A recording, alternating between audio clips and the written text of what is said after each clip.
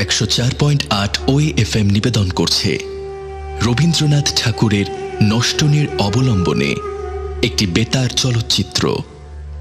নষ্টনীড় প্রকাশিত হয় 1901 সালে ভারতী পত্রিকায়। এটিকে গল্প না উপন্যাস কোন গোত্রে ফেলা হবে এই নিয়ে রবীন্দ্রনাথের মনে দ্বিধা ছিল। ভারতীতে প্রকাশের শুরুতেই বিলেত থেকে জগদীশচন্দ্র বসু তার মুগ্ধতা জানিয়েছিলেন রবীন্দ্রনাথকে। বৈশাখের ভারতীতে তোমার গল্পটি অতি সুন্দর হয়েছে।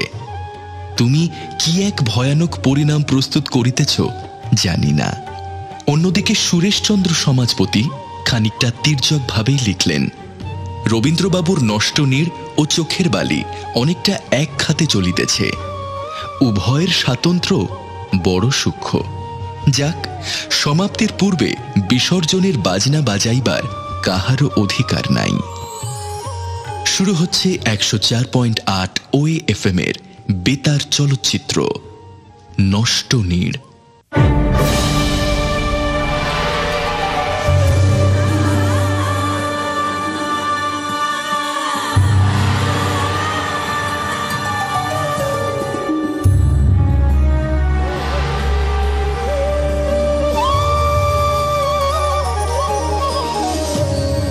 ভূপতির কাজ করার কোনো দরকার ছিল না, টাকা তার যথেষ্ট ছিল, কিন্তু গ্রহবশত সে কাজের লোক হয়ে জন্মেছিল। ছেলেবেলা থেকে তার ইংরেজি লেখার এবং বক্তৃতা দেবার শখ ছিল। কোনো প্রকার প্রয়োজন না থাকলেও ইংরেজি খবর কাগজে সে চিঠি লিখত এবং বক্তব্য না থাকলেও সভাস্থলে দু কথা না বলে ছাড়ত না। ভূপতি, বলি তোমার মতন একজন ব্যক্তি আমাদের মধ্যে রয়েছে যখন, তখন কিছু কথা তো আমাদের তোমার কাছ থেকে শুনতেই হয়, কি বলো? না না না খগেন বাবু, আমি কিছু বলতে পারবো না। এখানে আমার তেমন কিছু বলার নেই। কি মুশকিল, কি আর বলবো, আমার তেমন কিছুই বলার নেই। তবে হ্যাঁ, যদি বলতেই হয় তাহলে বলবো যে আজকের ভারতবর্ষের প্রধান সমস্যা হলো পাশ্চাত্য সম্পর্কে আমরা কোনো ধারণাই রাখি না। কোন বিল কবে পাস হলো, ব্রিটিশ পার্লামেন্টে কারা এগিয়ে রয়েছে, উইগস না টরি, এগুলো তো জানতে হবে নাকি? এ সমস্ত আমাদের বুঝতে হবে। We can not just be deaf to the music of the Western world. We have to open up. We have to imbibe. We have to transform. We cannot just sit idly in Bengal and be blind to the latest happenings in Europe. তার মতো ধনী লোককে দলে পাবার জন্য রাষ্ট্রনৈতিক দলপতিরা তার প্রবল প্রশংসা করত এবং অতি প্রশংসার প্রবাহে ভেসে গিয়ে ভূপতির নিজের ইংরেজি লেখবার ক্ষমতা সম্বন্ধে ভীষণ উচ্চ ধারণা হয়েছিল। ভূপতি একথা বিশ্বাস করতে শুরু করেছিল যে সে ইংরেজিটা ভালোই লেখে। যে যাই বলুক ভাই, তোমার ইংরেজিটা কিন্তু জব্বর, কি বলো? তোমার মতন ইংরেজি লিখতে ইংরেজরাও পারে কিনা সন্দেহ। ভাই জগমোহন, তুমি কি বলো? Of course I do agri. Bhupathi আমাদের বঙ্গকুল গৌরব, বঙ্গকুল গৌরব। ইংরেজিটা আমি আবার একটু আধটু চর্চা করি বটে। I feel I have a strange knack for the language. আপনাদের আমার লেখা ভালো লেগেছে, এটাই অনেকখানি। অফকোর্স ডিয়ার, কি বলো জগমোহন তুমি?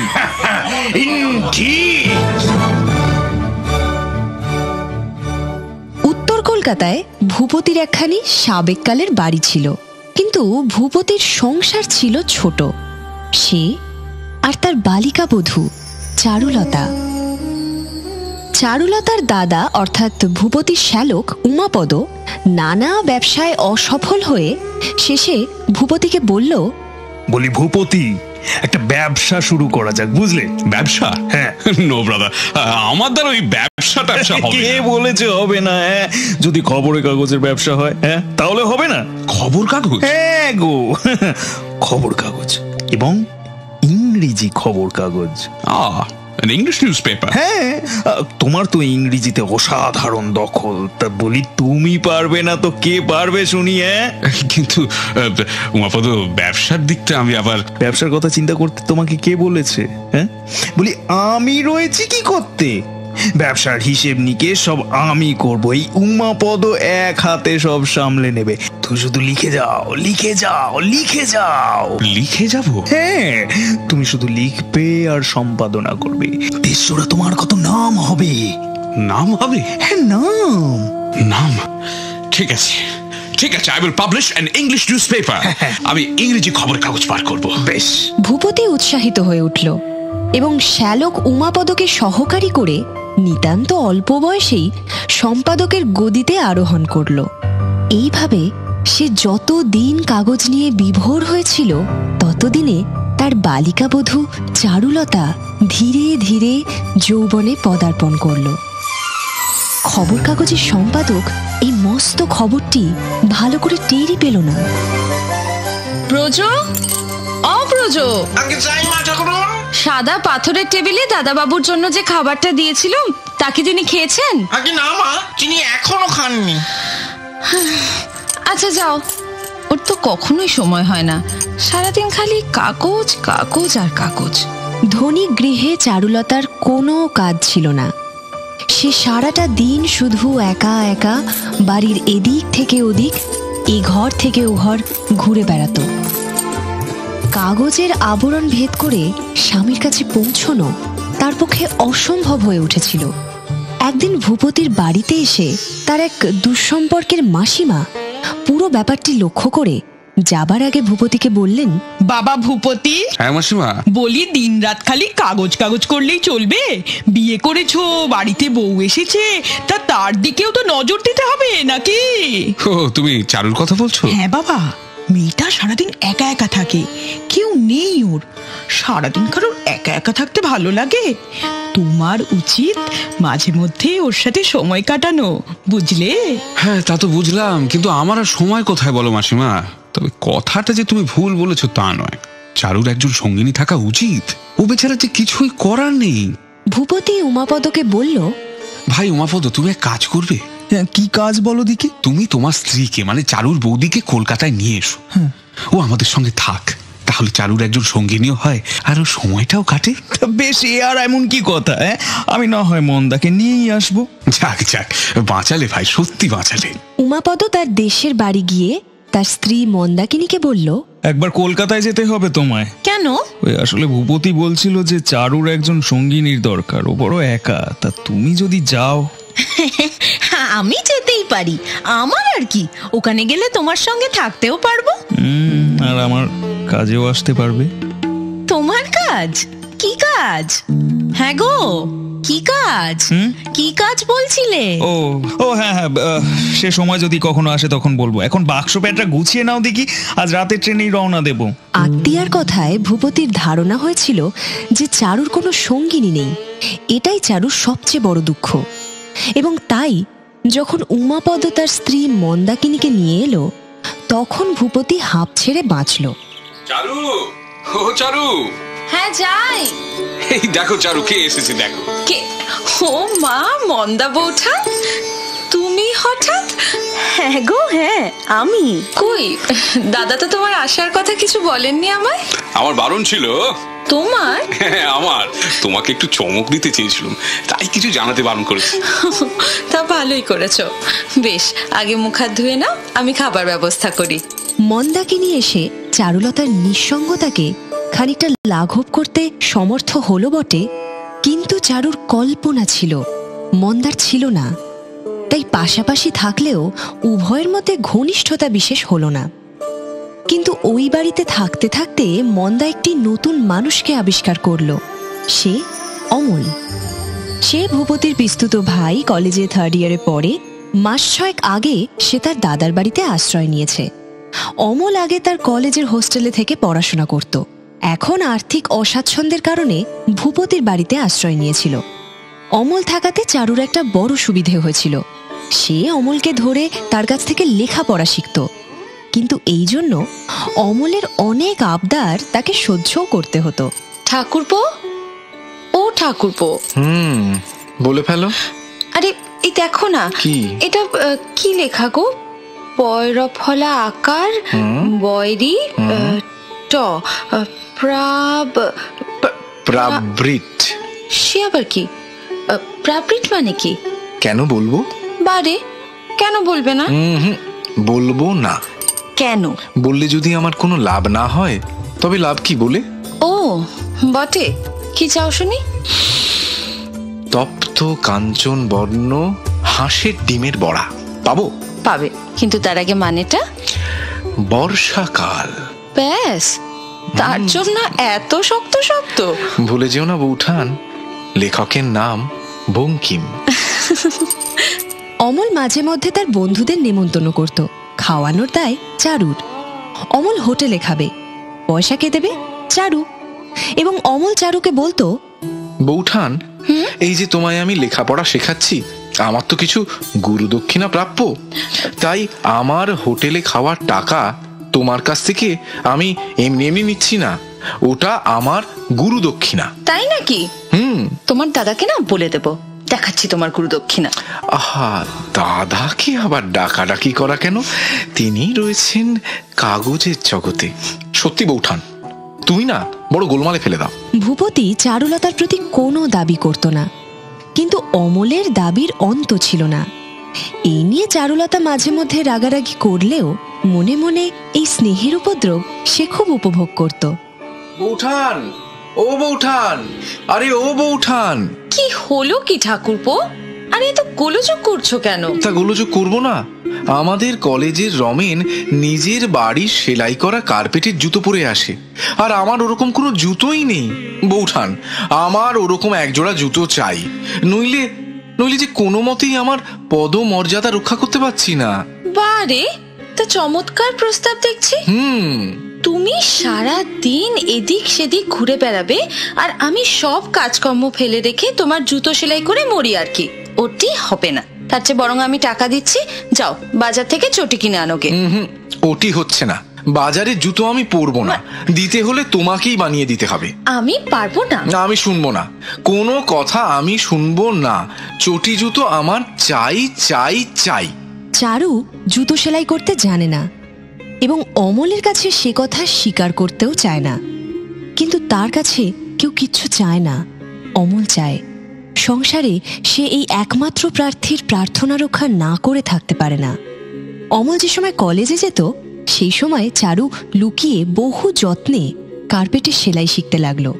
এবং অমল নিজে যখন তার জুতোর দরবার সম্পূর্ণ ভুলতে বসেছে, এমন সময় একদিন সন্ধেবেলায় চারু তাকে নিমন্ত্রণ করলো।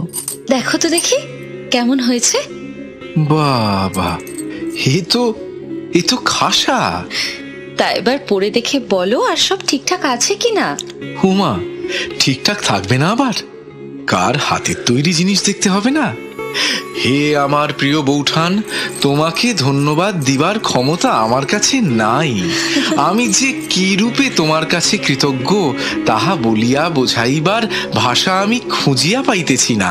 থাক থাক, আর নাটক করতে হবে না অমল বাবু। হে ভগবান, তুমি বলিলে আমি নাটক করিতেছি?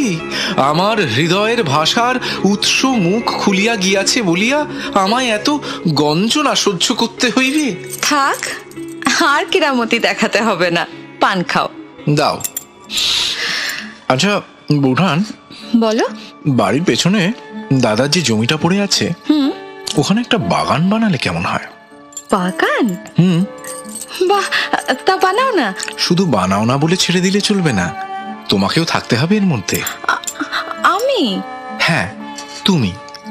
আমাদের এই বাগানে সেকালের রাজকন্যের মতো তোমাকেও নিজের হাতে গাছে জল দিতে হবে। তা বেশ।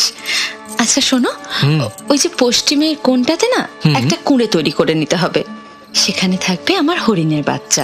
আর একটা ছোট্ট ঝিলের মতো করতে হবে বৌঠান, তাতে হাঁস চড়বে। আর তাতে দেব নীলপদ্ম। আর সেই ঝিলের ওপর একটা সাঁকো বেঁধে দেব, আর তার ঘাটে একটা ছোট্ট ডিঙি থাকবে। আর তারপর তোমার দাদা যখন হঠাৎ জানতে পারবেন, তখন তিনি ভাববেন আলাদিনের প্রদীপের সাহায্যে একটা আস্ত বাগান জাপান দেশ থেকে তুলে আনা হয়েছে। কিন্তু জাপানি কায়দায় একটা বাগান করার খরচ তো অনেক। তা ঠিকই বলেছ। তাহলে বৌঠান, ওই ঝিলটা বাদ দেওয়া যাক। না না, ঝিল বাদ দিলে চলবে না। ও ওতে আমার নীলপদ্ম থাকবে যে। আচ্ছা, তাহলে খরচ কমানোর জন্য তোমার ওই হরিণের ঘরে টালির ছাদ নাই বা দিলে টালির জায়গায় খড় দেওয়া যায়। তাহলে আমার ও ঘরের দরকার নেই। আচ্ছা আচ্ছা, বেশ কথা। তা এক কাজ করা যাক, মরিশাস থেকে লবঙ্গ গাছ না নিয়ে আমাদের ওই মানিকতলা থেকে দিশি লবঙ্গের গাছ আনানো যাক না? তাহলে আমার বাগানে কাজ নেই। তাহলে বৌঠান, তুমি এক কাজ করো, তুমি দাদার কাছে কথাটা পেড়ে দেখো। মানে তিনি যদি টাকাটা দিয়ে তোমায় সাহায্য করেন তাহলে। দূর, তাকে বলে আর কি লাভ? অসাধ্য বাগানের এস্টিমেটও কমলো না, আর কল্পনাও কোনো অংশে হার মানতে চাইল না। সুতরাং অমল চারুর কমিটি এইভাবেই কিছুদিন চলল। বাগানের যেখানে ঝিল হবে, যেখানে হরিণের ঘর হবে, যেখানে পাথরের বেদি হবে, অমল সেখানে চিহ্ন কেটে রাখল। তাদের সংকল্পিত বাগানে এই আমড়াতলার চারিদিক কিভাবে বাঁধাতে হবে, অমল একটি ছোট কোদাল নিয়ে সেটারই দাগ কাটছিল। এমন সময় চারু গাছের ছায়ায় বসে বলল, ঠাকুরপো, তুমি যদি লিখতে পারতে বেশ হতো। কেন বেশ হতো? তাহলে আমাদের এই বাগানের বর্ণনা করে তোমায় দিয়ে একটা গল্প লেখাতাম।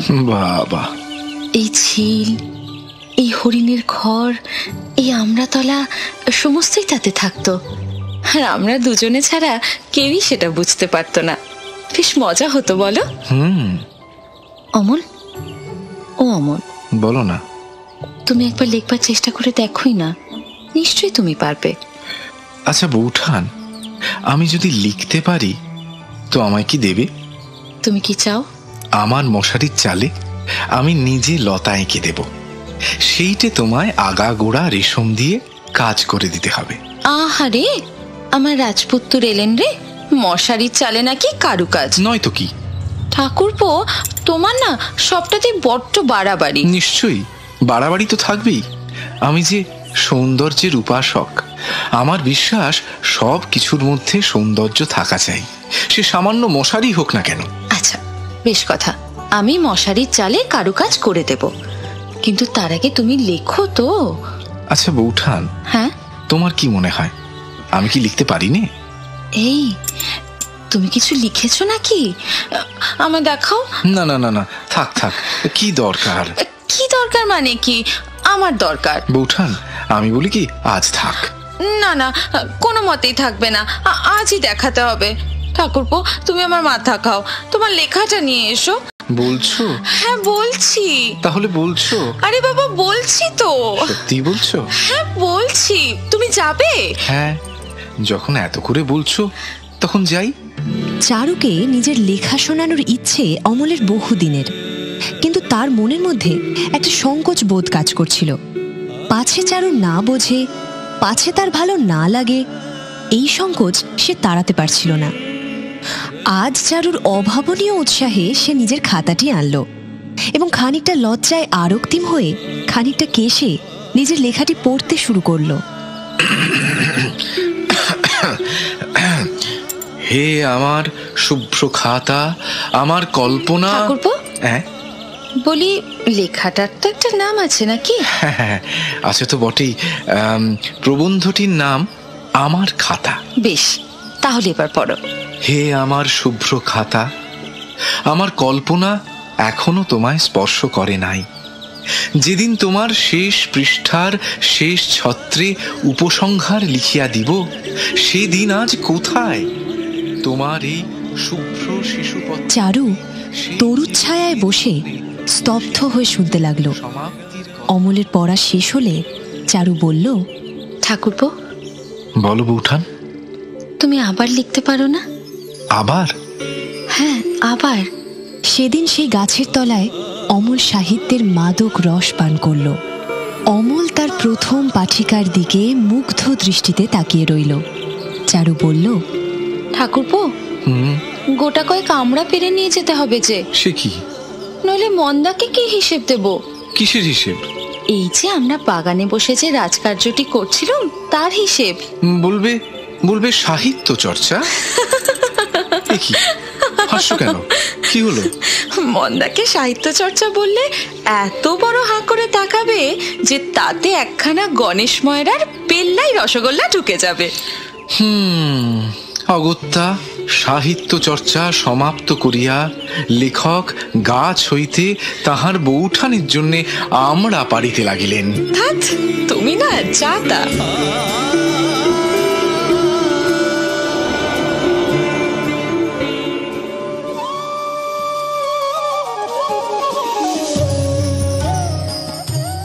সাহিত্য চর্চা শেষ করে চারুলতা তার ঘরের দিকে অগ্রসর হলো।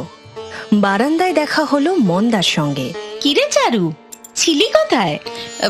কেন? বাগানে। বাগানে? বাগানে কি করছিলি? বই পড়ছিলুম। এত গরমে বাগানে বসে বই পড়ছিলি? না, ঠিক বই নয়।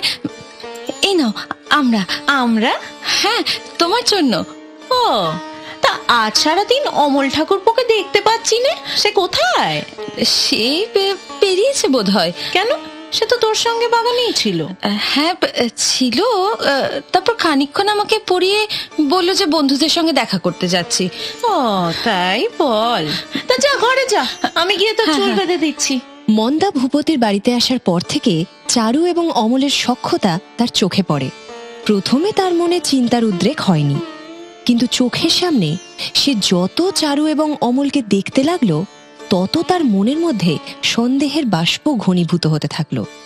রাত্রে উমাপদ শয়নকক্ষে এলে মন্দা উমাপদকে বলল, শোনো, তোমায় না একটা কথা বলার আছে। বলে ফেলো। আচ্ছা, আমাদের জামাই ঠাকুর কেমন মানুষ গো? কেন? বাড়িতে রূপসী বউ তবু তার দিকে তাকায় না। কি চারুর বুঝি খারাপ লাগে না? সারাদিন জামাই ঠাকুরের পাত্তা নেই। আবার বলি, চারু তো তোমার বোন নাকি? তুমি একবার জামাই ঠাকুরকে। মন্দা, এসব ব্যাপারে আমাকে নাক গলাতে বলবে না। তাহলে তোমার বোনের জীবনে অন্য কেউ নাক গলাবে? মানে অমল, ভূপতির পিস্তুত ভাই। হ্যাঁ গো হ্যাঁ, ওই ছেলেটা এমনিতে ভালো, কিন্তু সারাক্ষণ চারুর সঙ্গে হাসাহাসি করছে। সেটা তো ভালো কথা নয় বাপু। ভূপতি তো বলছিল যে চারুকে নাকি অমল পড়ায়। না না, সে পড়াতেই পারে, কিন্তু তাও কি উফ, তোমার যে মাঝে মধ্যে কি হয়, হু করতেই শুরু করো, কিছুই বুঝতে পারি না যে। মন্দা, একটা কথা বলো আমায়, বোকা লোকের বোকামোর জন্য সাজা হওয়া উচিত নয় কি? মানে ধরো, এই জগতে তো চোর আছে, সেসব জেনেও যদি কেউ নিজের সিন্ধুকে তালা না লাগায়, তাহলে এটা তার দোষ না? সে তো বটেই, চোরের জন্য দরজা খুলে রাখলে চুরি তো হবেই। হবে তো হবে। তখন দোষটা চোরের নয়, দোষটা তার যে তার সিন্ধুকের তালা খুলে রেখেছিল। তুমি না বড় হেয়ালি করছো, কি যে বলছো কিছুই বুঝছি না। বোঝার দরকার নেই, বাতি নিভিয়ে শুয়ে পড়ো, যা বোঝার আমি বুঝবো, আর তারপর যা করার করব। চারুলতার দাদা উমাপদ সোজা লোক ছিল না, এবং তাই সে কোনো ব্যবসাতেই সাফল্য লাভ করেনি। অসৎ পথে কি করে অধিক আয় করা যায় তার সেই দিকেই নজর ছিল, এবং বলা বাহুল্য, ভূপতিকে দিয়ে খবর কাগজের ব্যবসা করানোর পেছনে তার উদ্দেশ্য ছিল অধিক পরিমাণে অর্থ উপার্জন করা। কারণ ভূপতির টাকার খেয়াল রাখত না, সে অন্ধভাবে উমাপদকে বিশ্বাস করেছিল। উমাপদ, হ্যাঁ, একটা কথা তোমায় জিজ্ঞেস করার ছিল। আগের দিন না ছাতুবাবুদের বাজারে ত্রৈলোক্যবাবুর সঙ্গে আমার দেখা হলো। তিনি বলেন গত 6 মাস ধরে নাকি তিনি কাগজের টাকাই পাচ্ছেন না। তো আমার যতদূর ধারণা, আমি তোমাকে কাগজের খরচ বাবদ প্রায় 1000-1500 টাকা দিয়েছি। ভূপতি, ত্রৈলোক্যবাবু মিথ্যে কথা বলছেন। সে কি? হ্যাঁ, আমি সমস্ত টাকা তাকে গত মাসেই দিয়ে দিয়েছি। লোকটা মহা ফেরেবাজ। কিন্তু ত্রৈলোক্যবাবু সম্পর্কে তো কোনো খারাপ কথা শোনো, আর তুমি যদি মনে করো যে আমি তোমাকে মিথ্যে কথা বলছি, তাহলে ভাই আমাকে ছুটি দাও, আমি চলি। আহা, কি আশ্চর্য! I didn't mean to say that. ব্যাপারটা তুমি কিন্তু অন্য। না, দেখো ভূপতি, নেওয়া নেওয়ির কিছু নেই। আমার উপর তোমার বিশ্বাস নেই, বেশ কথা, আমি চলি। ব্যাপারটা তা নয়। I do believe you. আরে তুমি চারুর দাদা, you're my brother-in-law. বিশ্বাস তো আমি তোমায় করছি, কিন্তু I think ত্রৈলোক্যবাবু must have been confused about something. তাহলে বলছো থাকবো? By Jupiter, yes indeed. আমি জানতুম তো এই ত্রৈলোক্য বাবু টাকা নিয়ে একটা গোলমাল করবেন, সেটা আমি জানতুম, এবং সেই কারণেই আমি ওই শোভাবাজারের রামচরণ দত্তের সঙ্গে কথা বলেছি। ওরা আমাদের কাগজ দেবেন, যার কোয়ালিটি ত্রৈলোক্য বাবুর কাগজের চেয়ে ঢের ভালো, তবে দামটা একটু বেশি আর কি। এই তো খবর কাগজের বিক্রি বাটা নেই, তার উপর আবার আরো দামি কাগজ যদি হয় তাহলে। আরে তুমি চিন্তা করছো কেন, সামনের মাসে বেশ কয়েকটা ভালো ভালো বিজ্ঞাপন তুলে আনবো। তবে এখনকার মতো যদি ওই আরো 1000 টাকা দাও তাহলে। 1000 হ্যাঁ হ্যাঁ, 1000 মতন। আচ্ছা, বিকেলে এসে দিয়ে দেবো। বেশ কথা। তবে ভূপতি, চিন্তা করো না, এ কাগজ চালিয়ে মুনাফা না করে আমি ছাড়ছি না। ভূপতি যখন ধীরে ধীরে নিজের অজ্ঞাতসারে ভরা ডুবির দিকে এগিয়ে চলেছে, ঠিক তখনই চারুলতা এবং অমল নির্জন দুপুরে কাব্যকুসুমের চাষ আরম্ভ করে আর সমস্ত কিছুই ভুলে গেল। বৌঠান, একটা চমৎকার ভাব মাথায় এসছে। বেশ, চলো না ঠাকুরপো আমাদের দক্ষিণের বারান্দায়। এখানে এখনই মন্দা পান সাজতে আসবে আর আমাদের রসভঙ্গ করবে। অমলের লেখবার বিষয়গুলো প্রায়ই সুস্পষ্ট নয়, তা পরিষ্কার করে বলা শক্ত। গোলমাল করে সে যা বলতো তা স্পষ্ট করে বোঝা কারোর সাধ্য নয়। অমল নিজেই বারবার বলতো, বৌঠান, আমি বোধহয় ঠিক তোমায় বোঝাতে পারছি না। না, বেশ বোঝাতে পারছো তো। পারছি?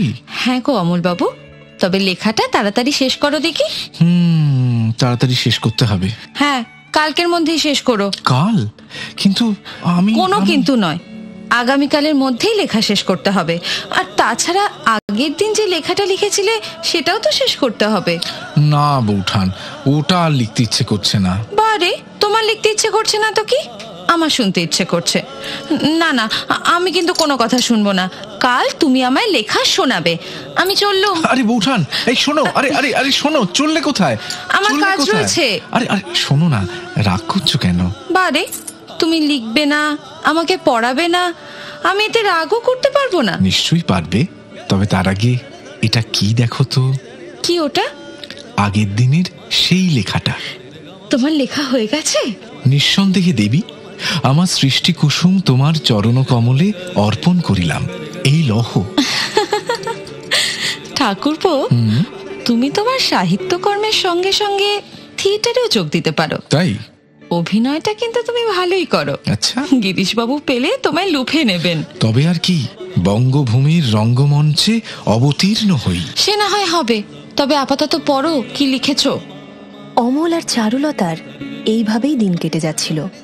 অমল 2-4 প্যারাগ্রাফ যখন যা লেখে তখন তার যতটুকুই হোক চারুকে সদ্য শোনাতেই হয়। চারু অমলের লেখার প্রশংসা করে, আর অমল তার একমাত্র পাঠিকাকে তার লেখা পড়িয়ে তৃপ্তি লাভ করে।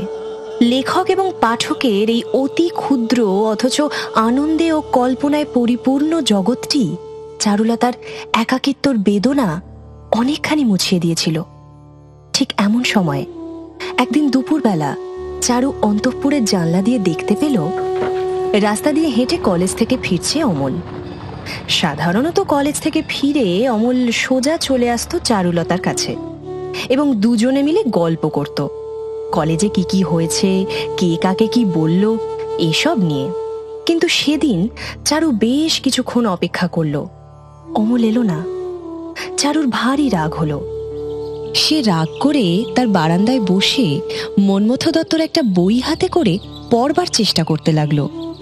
মন্মথ দত্ত নতুন লেখক, তার লেখার ধরন খানিকটা অমলের মতন বলে অমল মন্মথ দত্তকে কখনো প্রশংসা করত না এবং মাঝে মাঝে মন্মথ দত্তর লেখা বিকৃত উচ্চারণে পড়ে বিদ্রূপ করত।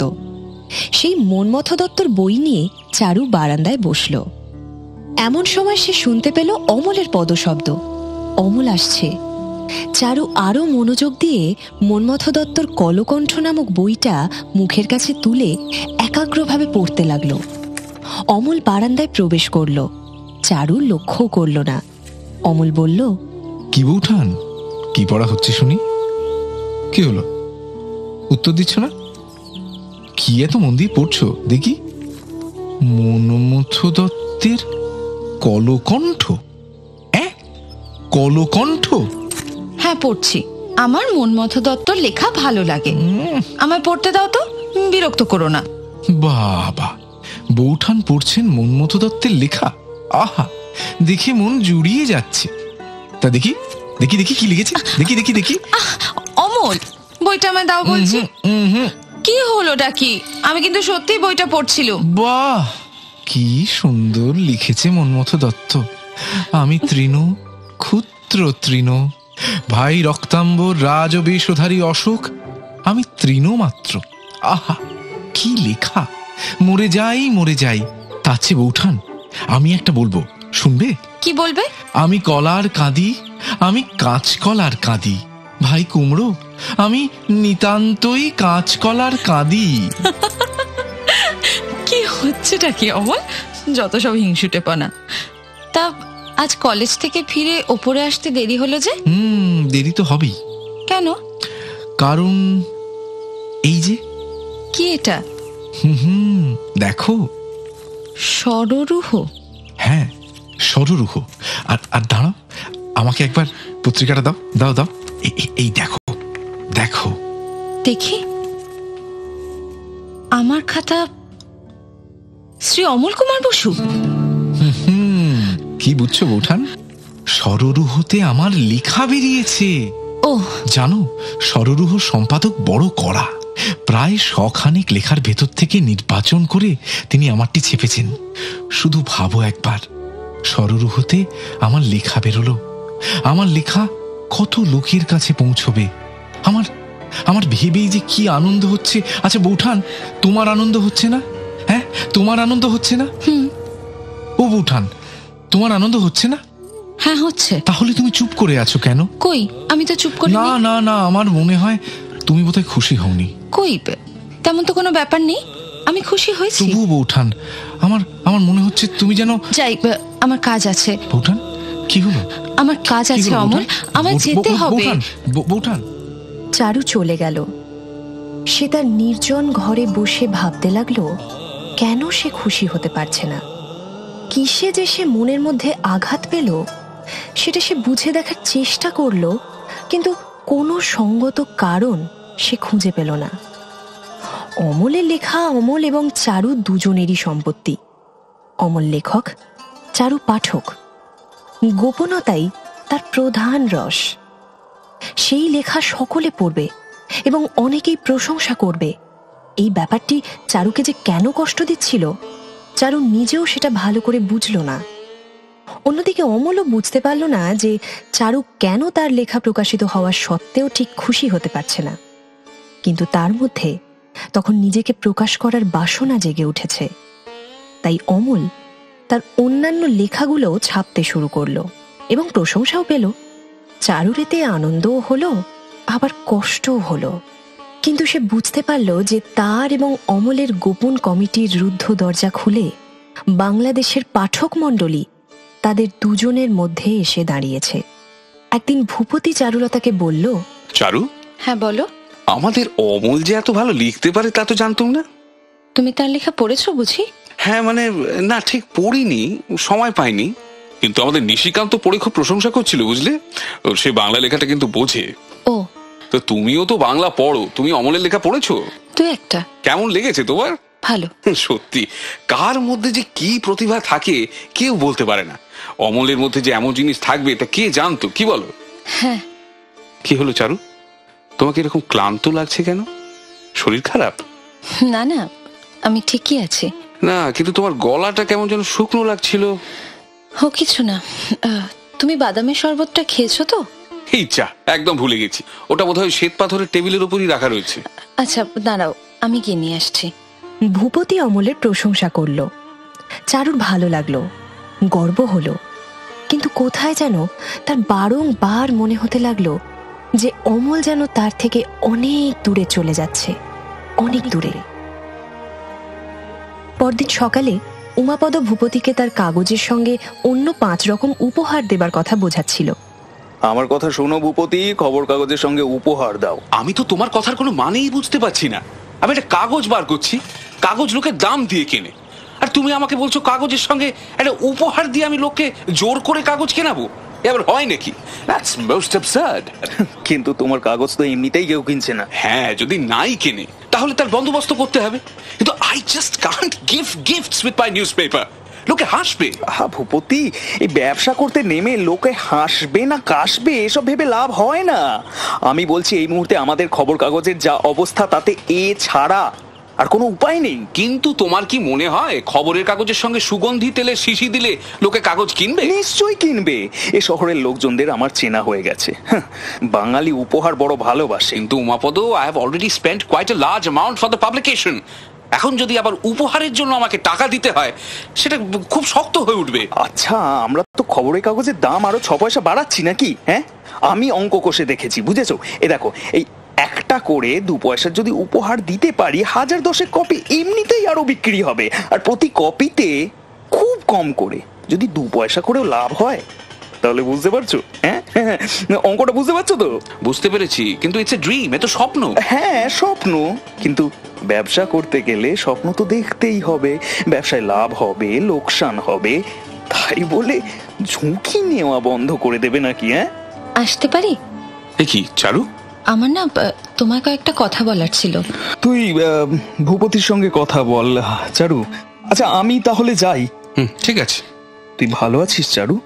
হ্যাঁ দাদা, ভালোই আছি, শুধু খবর কাগজে ঢাকা পড়ে গেছি, এই আর কি। ভূপতি, আমি চলি, বুঝলে? বিকেলের দিকে আবার আসবো। অলরাইট। হ্যাঁ চারু, বলো। এখনো বুঝি তোমার কাজ শেষ হলো না?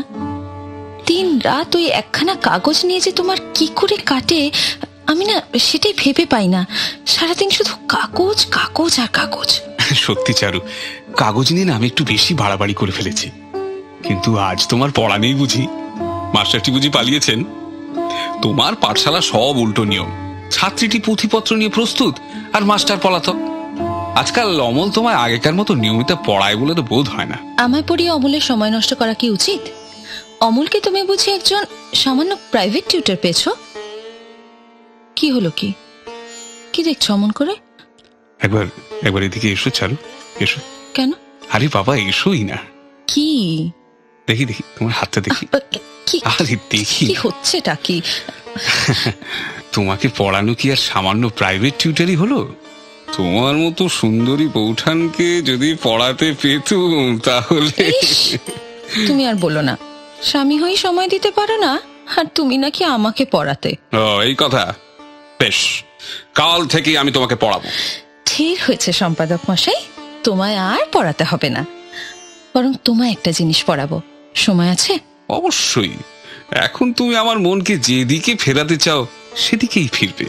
তাহলে এই নাও, অমলের এই লেখাটা পড়ে দেখো, কেমন চমৎকার হয়েছে। তো দেখি কি লেখা। আষাঢ়ের চাঁদ। ও বাবা, এসব আবার আমাকে কেন? এসব কবিত্বের আমি কি বুঝি বলো? তাহলে দাও, পড়ে আর কাজ নেই। তুমি যে কি বোঝো কে জানে। রাগ করছো কেন চারু? আমি সংসারের লোক, আমি মানুষ বুঝি। মানুষের কথা বুঝি সাহিত্যে লেখা থাকে না? নিশ্চয়ই লেখা থাকে, কিন্তু ভুল লেখা থাকে। মানুষ যখন সশরীরে বর্তমান, তখন তাকে বানানো কথার মধ্যে খুঁজে বেড়ানোর কি দরকার, নয় কি? চারু, কি হলো চারু? কিছু নয়। আচ্ছা, এই যেমন ধরো আমি তোমাকে বুঝি, কিন্তু সেই জন্য কি মেঘনাদ বধ, কবি কঙ্কনচণ্ডী আগাগোড়া পড়ার দরকার আছে? দাদা। কে? অমল? তুমি কি ব্যস্ত নাকি? আরে না, তোমার বৌঠানের সঙ্গে একটু গল্প করছিল। তা বলো, কি ব্যাপার? আসলে আমার কাছে যে প্রুফের কপিটা রয়েছে তাতে কয়েকটা অক্ষর পড়া যাচ্ছে না। আচ্ছা, সে বরং আমি বিকেলে তোমায় বলে দেবো। ঠিক আছে, আমি তাহলে চলি। আরে দাঁড়াও, চললে কোথায়? তোমার সঙ্গে কথা আছে আমার। আমার সঙ্গে কথা? হ্যাঁ, কথা। আচ্ছা অমল, তুমি আষাঢ়ের চাঁদ আর ভাদ্র মাসের পাকা তালের উপর যত খুশি লেখো, আমি কারো স্বাধীনতায় হাত দিতে চাই না, কিন্তু আমার স্বাধীনতায় কেন হস্তক্ষেপ করা হবে বলতে পারো? উফ, তোমার ওই লেখাগুলো তোমার বৌঠান আমায় না পড়িয়ে ছাড়বেন না। তোমার বৌঠানের এই কি অত্যাচার বলো দেখি। তাই তো বৌঠান, হে তো তোমার ভারী অন্যায়। আমার লেখাগুলো নিয়ে তুমি দাদার উপরে জুলুম করবে এমন জানলে আমি কোনোদিনই লিখতুম না। আমার ভুল হয়ে গেছে অমল, এমন কাজ আমার করা উচিত হয়নি। তোমার লেখা আমি আর কোনোদিন কাউকে পড়াবো না। ও কি চারু, রেগে যাচ্ছ কেন? আমি তো একটু রসিকতা করছিল। কই, আমি রেগে যাইনি তো। আচ্ছা, তোমরা কথা বলো, আমি চলি। চারুলতা রাগ করে ঘর থেকে বেরিয়ে গেল। চারু চলে গেলে ভূপতি অমলকে বলল, বুঝলে অমল, হ্যাঁ দাদা। আমাকে সারাদিন এই কাগজের হ্যাঙ্গামে থাকতে হয় তো। সে তো বটেই। চারু বেচারা বড় একলা হয়ে পড়েছে, কোনো কাজকর্ম নেই। মাঝে মাঝে আমার এই লেখার ঘরে উঁকি মেরে চলে যায়। কি করব বলো? এখন তুমি যদি ওকে একটু পড়াশোনায় নিযুক্ত রাখতে পারো তো বড় ভালো হয়। চারুর সাহিত্যে বেশ রুচি আছে। তা আছে দাদা। আমার তো মনে হয় বৌঠান যদি আরো একটু বেশি পড়াশুনো করেন তাহলে উনি নিজেই বেশ ভালো লিখতে পারবেন। অতটা আশা করি না, কিন্তু চারু বাংলা লেখার ভালো মন্দ আমার চেয়ে ঢের ভালো বুঝে। আর বৌঠানের একটা সহজাত কল্পনা শক্তি আছে দাদা। স্ত্রীলোকের মধ্যে কিন্তু এরম চট করে খুব একটা দেখা যায় না। পুরুষের মধ্যেও কম দেখা যায়, তার সাক্ষী আমি। তবে অমল, হ্যাঁ দাদা, তুমি যদি তোমার বউ ঠাকুরুনকে গড়ে তুলতে পারো তবে আমি তোমাকে পারিতোষিক দেব। তাই নাকি? তো কি দেবে শুনি? তোমার বউ ঠাকুরুনের মতো একটি মেয়ে এনে দেব। এই রে, আবার তাকে নিয়ে পড়তে হবে বুঝি? চিরজীবন কি তাহলে গড়ে তুলতেই কেটে যাবে দাদা? অমল,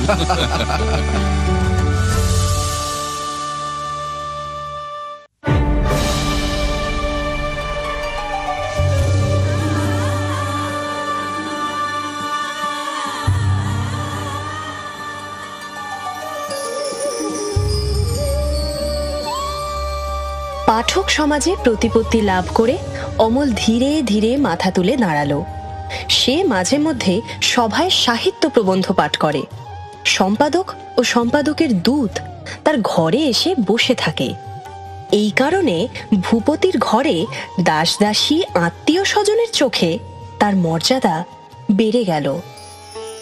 আগে চারুলতার বৌঠান মন্দাকিনীর চোখে অমল ছিল সাধারণ, কিন্তু অমলের যখন অভ্যুত্থান আরম্ভ হলো তখন মন্দার চমক লাগলো। মন্দা যখন দেখলো যে অমল চার দিক থেকে শ্রদ্ধা পাচ্ছে, তখন সেও অমলের উচ্চ মস্তকের দিকে মুখ তুলে চাইল। সে যেন অমলকে নতুন করে দেখল। রাত্রে শয্যায় শায়িত উমাপদকে মন্দা বলল, এই শুনছো, ঘুমিয়ে পড়লে নাকি? না, বলো। আচ্ছা, আমাদের অমল যে সত্যি সত্যি এত ভালো লেখে তা তো জানা ছিল না গো। তা অমলের লেখা তুমি পড়েছো নাকি? ধুত, কি যে বলো! আমি মুখ্য সূক্ষ্ম মেয়ে মানুষ, আমি লেখাপড়ার কি বুঝবো? সবাই বলছে তাই। অমলকে পছন্দ হয়েছে? কি? অমলকে পছন্দ হয়েছে? কি যে আজে বাজে বলো বাবু, বুঝি না। মুখে কিছুই আটকায় না না তোমার? না না, যেভাবে অমল অমল শুরু করেছো তাতে। চুপ করো তো, চুপ চুপ চুপ করো। চুপ করো বললেই চুপ করা যায়? অমলের তো এখন পৌষ মাস, একদিকে চারুলতা, অন্যদিকে মন্দাকিনী। তোমায় কোনো কিছু বললেই বিপদ। যা নেই তাই তৈরি করবে, আর যা আছে তা গায়েব হয়ে যাবে। মানে কিছুই না, অনেক রাত হলো, ঘুমিয়ে পড়ো। আগে মন্দা চারু আর অমলের সাহিত্য চর্চা দূর থেকে দেখত এবং পুরো ব্যাপারটি অপ্রয়োজনীয় বলে উড়িয়ে দিত। তবে অমলের খ্যাতি লাভের পর থেকেই মন্দা অনাহুতভাবে তাদের আলোচনার মধ্যে প্রবেশ করত। চারুর কাছে মন্দার এই জোর করে তাদের আলোচনার মাঝখানে প্রবেশ করার ব্যাপারটি অতি বিরক্তিকর বলে মনে হতো, কিন্তু অমল মনে মনে খানিকটা খুশি হতো। যে রমণী এতকাল যাবৎ তাকে অবহেলা করেছে সেই রমণী আজ তাকে সম্মান দেখাচ্ছে, এই ব্যাপারটা অমলের বেশ ভালো লাগছিল। কিন্তু এই ভালো লাগা সে চারুকেও বলতে পারছিল না। একদিন দুপুরবেলা চারু আর অমল বারান্দায় বসে সাহিত্য চর্চা করছিল। এমন সময় মন্দাকিনী প্রবেশ করলো। তোমরা কি পড়ছিলে? পড়ো না ভাই, থামলে কেন? পড়া শুনতে আমার না বেশ লাগে। বৌঠান, অমল কমলাকান্তের দপ্তরের সমালোচনা লিখে নিয়ে এসেছে। সেটা কি তোমার?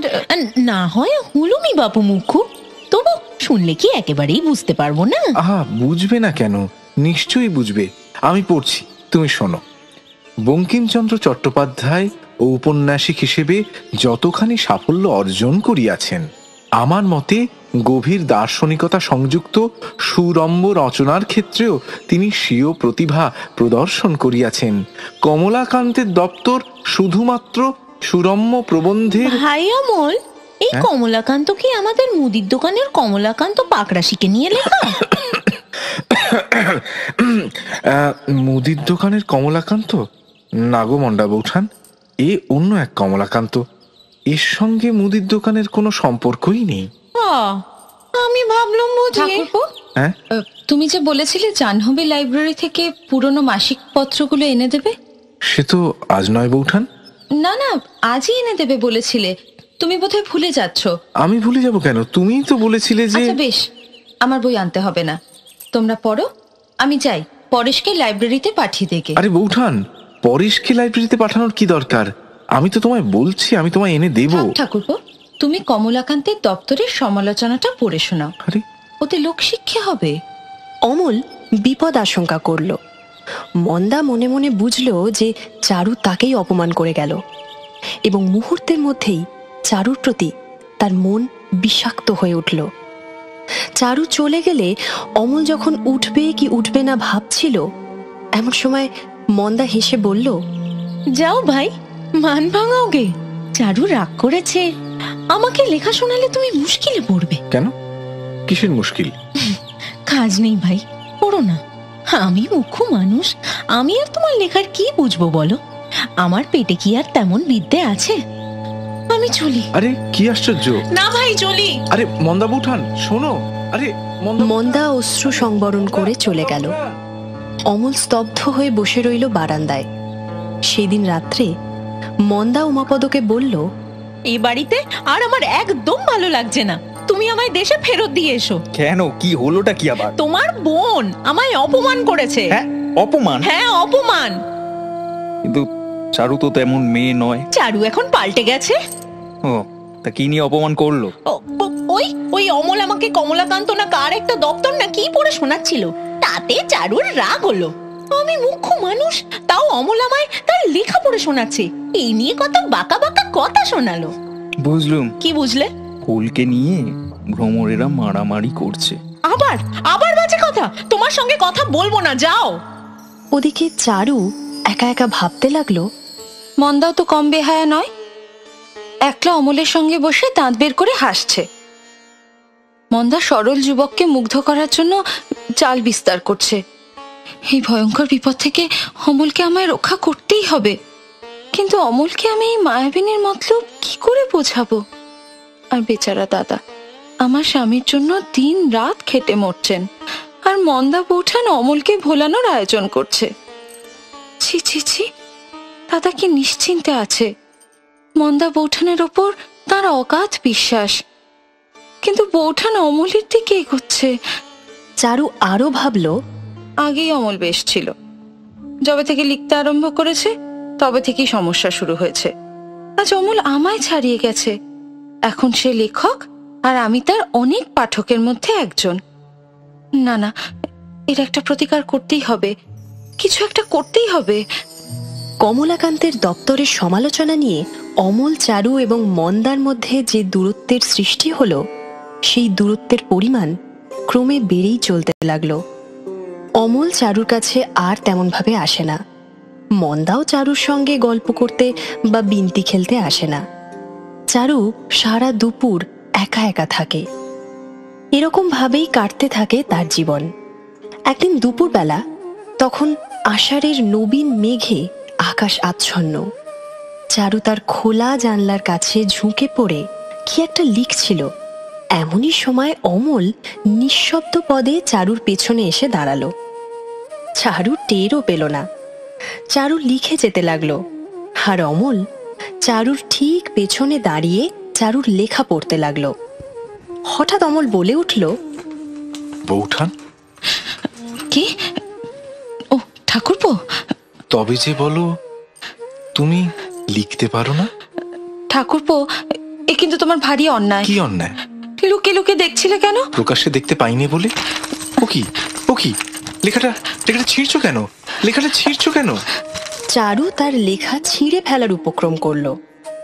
অমল ফস করে তার হাত থেকে খাতা কেড়ে নিল। চারু বলল, তুমি যদি আমার লেখা পড়ো তাহলে তোমার সঙ্গে জন্মের মতো নারী। আর তুমি যদি আমায় পড়তে বারণ করো তাহলে তোমার সঙ্গে জন্মের মতো আর। আমার মাথা খাও ঠাকুরপো, পড়ো না। আমি পড়বই। দোহাই তোমার, পড়ো না। শোনো বৌঠান, এই খাতা আমি যুদ্ধ করে জয় করেছি, অতএব এই খাতার উপর এখন শুধুমাত্র আমার অধিকার।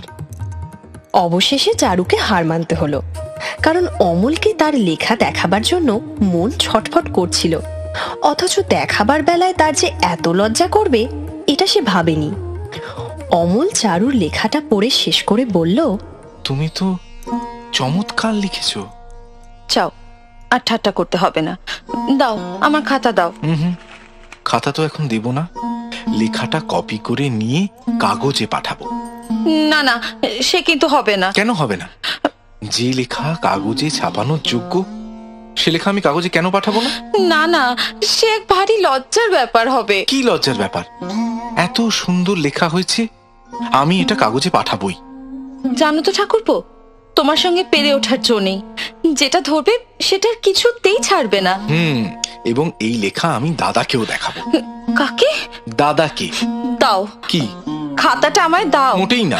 দাও বলছি কিন্তু। নহে নহে নহে। ঠাকুরপো দেখো, তুমি কিন্তু এই লেখা তোমার দাদাকে শোনাতে পারবে না। তাকে যদি আমার লেখার কথা বলো তাহলে আমি আর এক অক্ষরও লিখবো না। বেশ, শোনাবো না। এই নাও তোমার খাতা। ঠাকুরপো, ও ঠাকুরপো, বলো। রাগ করলে? না, বলো। বলছি কি, একটা মাসিক পত্র বের করলে কেমন হয়? বার করলে ভালোই হয়, কিন্তু তার জন্য টাকা লাগবে যে। আমাদের এই কাগজে কোনো খরচ নেই, ছাপা হবে না তো, হাতের অক্ষরে লিখবো। তোমার আর আমার ছাড়া আর কারো লেখা বেরোবে না, কাউকে পড়তেও দেওয়া হবে না। কেবল 2 কপি করে বের হবে, একটি তোমার জন্য আর একটি আমার জন্য। সে বেশ মজাই হবে। কিন্তু প্রতিজ্ঞা করতে হবে, আমাদের কাগজ ছাড়া আর কোথাও তুমি লেখা বের করতে পারবে না। সে কি? তাহলে তো সম্পাদকেরা মেরেই ফেলবে। শুধু সম্পাদক?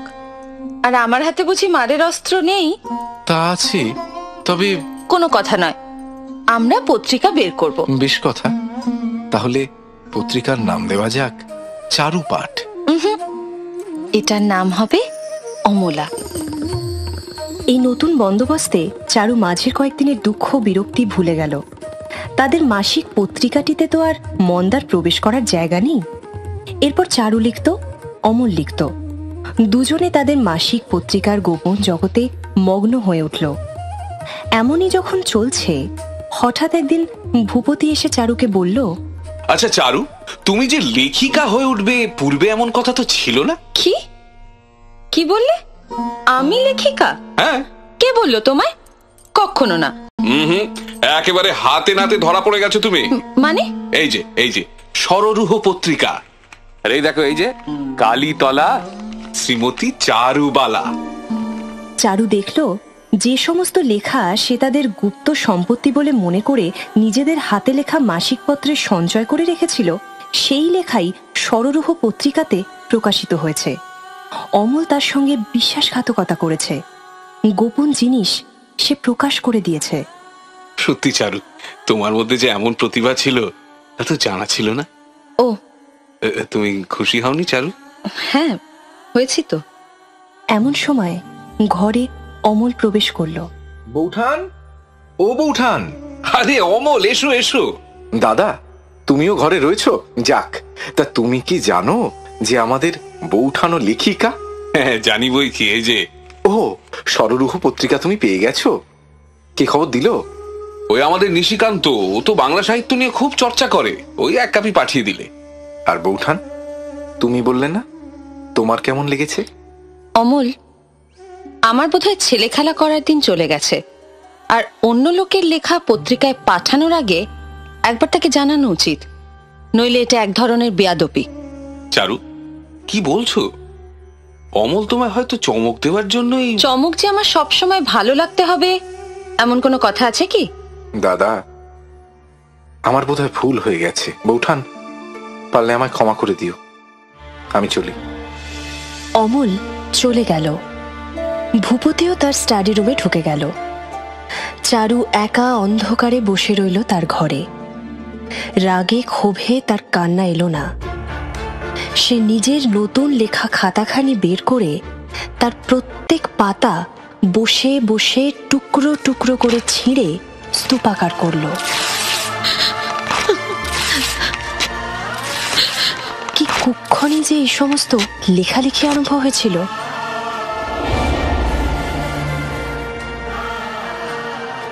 এই ঘটনার কয়েকদিন পর একদিন সকালে ভূপতির কাছে এসে পৌঁছল উকিলের একটি চিঠি। চিঠিটি পাঠিয়েছেন ত্রৈলোক্যবাবু, যিনি ভূপতিকে কাগজ সাপ্লাই করতেন। ত্রৈলোক্যবাবুর উকিল লিখেছেন, মহাশয়, আমার মক্কেল শ্রী ত্রৈলোক্যনাথ চক্রবর্তী আপনার নিকট হইতে 2700 টাকা পান। গত 6 মাস যাবৎ এই টাকা তিনি পান নাই। আমি শ্রী ভবানী প্রসাদ দে, তাহার উকিল, আপনাকে জানাইতেছি যে আগামী 15 দিনের মধ্যে এই মূল্যের অর্থ আমার মক্কেলের করগত না হইলে আমরা এই ব্যাপারটি লইয়া আদালতে যাইতে বাধ্য হইব। উকিলের চিঠি পেয়ে ভূপতি স্তম্ভিত হয়ে গেল। উমাপদর ওপর তার বিশ্বাসের ভিত থর থর করে কেঁপে উঠল। উমাপদ, এসব কি? ত্রৈলোক্যবাবুর উকিলের চিঠি পাঠিয়ে বলছেন 2700 টাকা পাওনা রয়েছে, কিন্তু আমি তো তোমায় টাকা দিয়ে দিয়েছি। কাগজের দেনা 4-500 বেশি তো হওয়ার কথা নয়। ভূপতি নিশ্চয়ই এরা ভুল করেছে। আমি সব টাকা ওদের দিয়ে দিয়েছি। কিন্তু তোমায় তো আমি আগেই বলেছিলাম, হ্যাঁ, এই ত্রৈলোক্য বাবু লোকটি সুবিধের নয়। কি ভাবছো? আমি চুরি করেছি? হ্যাঁ হ্যাঁ, আমি টাকা সরিয়েছি। ভূপতি, কি হলো? ভূপতি ঘর ছেড়ে বেরিয়ে গেল এবং কিছুক্ষণের মধ্যেই উমাপদর ডাক পড়ল ভূপতির ঘরে। ঘরে ঢুকে উমাপদ দেখল ত্রৈলোক্যবাবু ভূপতির সামনে বসে। এসো উমাপদ, ব্যাপারটা ফয়সলা হয়ে যাক। বলুন ত্রৈলোক্যবাবু, আপনার কি বলার আছে? উমাপদ বাবু, আগে আপনি বলছেন যে আপনি আমায় টাকা দিয়েছেন? বিলক্ষণ। অথচ সেই টাকা আমি পাইনি। আচ্ছা উমাপদ বাবু, একটা কথা বলুন তো। বলুন। আপনি যে আমায় টাকা দিয়েছিলেন, সে টাকাটা কবে দিয়েছিলেন? আগে ওই তো ওই মাস চারেক আগে আর কি। মাস চারেক আগে? হ্যাঁ। মানে এটা হলো গিয়ে আপনার শ্রাবণ আগে? শ্রাবণ, আষাঢ়, জ্যৈষ্ঠ, বৈশাখ। তার মানে আপনি আমায় বৈশাখ মাসে টাকা দিয়েছিলেন? আগে, হ্যাঁ। টাকাটা আপনি আমার হাতেই দিয়েছিলেন? হ্যাঁ অবশ্যই। হ্যাঁ। কেন মিথ্যা কথা বলছেন উমাপদ বাবু? বৈশাখ মাসে আমি কাশিতে ছিলাম পরিবারের সাথে। না মানে দেখুন ভাই, আমি এই কাগজের ব্যবসা গত 10 বছর ধরে করছি, আর ভূপতি বাবুকেও আমি চিনি তা প্রায় বছর 5 হলো। আমি কেমন লোক তা ভূপতি বাবু বিলক্ষণ জানেন। সুতরাং মিথ্যে কথা হলে লাভ নেই। এই ঘটনার কয়েকদিনের মধ্যেই ভূপতি আবিষ্কার করল যে কেবল কাগজ সম্বন্ধে নয়, উমাপদ ভূপতির নামে বাজারে অনেক দেনা করেছে এবং সেই সব দেনার অনেকখানি সে কাগজের টাকা থেকে শোধ করেছে। ভূপতি উমাপদকে ডেকে পাঠালো। এখানে বসো উমাপদ, তোমাকে কয়েকটা প্রশ্ন আছে আমার। হ্যাঁ। আমার নামে বাজার থেকে এতগুলো টাকা তুমি ধার করেছিলে কেন? ওয়াই? কি হলো? I want an answer. Umapada, বাজার থেকে এতগুলো টাকা তুমি ধার করেছিলে কেন? দরকার ছিল। কিসের দরকার? সেটা নিতান্তই ব্যক্তিগত দরকার। চিটিংবাজি করা তো কারোর ব্যক্তিগত ব্যাপার হতে পারে না Umapada. Bhupati, yes, you have cheated me, এবং আমায় জানতেই হবে তুমি কেন এই কাজ করলে। দেশে পাকা বাড়ি তুলছিলাম, টাকার দরকার ছিল। সে কথা তুমি আমায় বলতে পারতে। আমি তোমায় এতটা বিশ্বাস করেছিলাম। তুমি চারুর দাদা, তুমি আমায় ঠকালে। এতে ঠকানোর কি আছে? যত টাকা আমি নিয়েছি সেসব আমি ফেরত দিয়ে দেবো। কিন্তু উমাপদ, আমার আর মনে হয় না যে এরপর আমি তোমার সঙ্গে কাজ করতে পারবো। আমারও মনে হয় না। আমি কালকেই দেশে ফিরে যাচ্ছি। হ্যাঁ, সেটাই সমীচীন হবে। কিন্তু ভূপতি, তুমি ভেবো না যে দেশে যাচ্ছি মানে আমি নিরুদ্দেশ হয়ে যাচ্ছি। আমি কাজ করে তোমার টাকা শোধ করে দেবো। শোধ করে দেবে? নিশ্চয়ই দেবো। তোমার সিকি পয়সার দেনাও যদি বাকি থাকে তো আমার নাম উমাপদ নয়। অর্থের ক্ষতিতে ভূপতি তত ক্ষুণ্ণ হয়নি, কিন্তু হঠাৎ এই বিশ্বাসঘাতকতায় সে যেন ঘর থেকে শূন্যের মধ্যে পা ফেলল। তার চোখের সামনে সমস্ত জগৎ বড় অনিশ্চিত মনে হলো। যাকে সে বিশ্বাস করেছিল সেই মানুষ যে তাকে এমনভাবে প্রবঞ্চিত করবে তা সে ভাবতেও পারেনি। সেই দিন সন্ধেবেলা, তখন আকাশে মেঘগর্জন শুরু হয়েছে। ভূপতি তার স্টাডি রুম ছেড়ে গেল চারুলতার কাছে। তার মুখ অত্যন্ত ম্লান, তার হৃদয় ভারাক্রান্ত। আজ সন্ধ্যায় কোনো এক সান্ত্বনা প্রত্যাশা করে ভূপতি যেন চারুর কাছে এসেছে। সে ঘরে ঢুকে দেখল ঘর অন্ধকার। বারান্দার দিক থেকে একটা বৃষ্টি ভেজা হাওয়া বয়ে আনছিল সিক্ত জুঁই ফুলের গন্ধ। ভূপতি দেখল চারু অন্ধকারে জানলার ধারে বসে রয়েছে। আজ সে চুল বাঁধেনি, কাপড় ছাড়েনি। সে মূর্তির মতো স্থির হয়ে কঠিন হয়ে বসে রইল। ভূপতি খানিকটা আশ্চর্য হয়ে ডাকল, চারু। কে? ও তুমি? ভূপতি চারুর মাথার চুলের মধ্যে আঙুল বোলাতে বোলাতে বলল, অন্ধকারে তুমি যে একলাটি বসে আছো চারু, মন্দা কোথায় গেল? চারু যেমনটি আশা করেছিল, আজ সমস্ত দিন তার কিছুই হলো না। সে ভেবেছিল অমল আসবে, নিজের ভুল স্বীকার করবে। এমন সময় ভূপতির অপ্রত্যাশিত কণ্ঠস্বরে সে যেন আর আত্মসংবরণ করতে পারল না। সে কেঁদে ফেলল।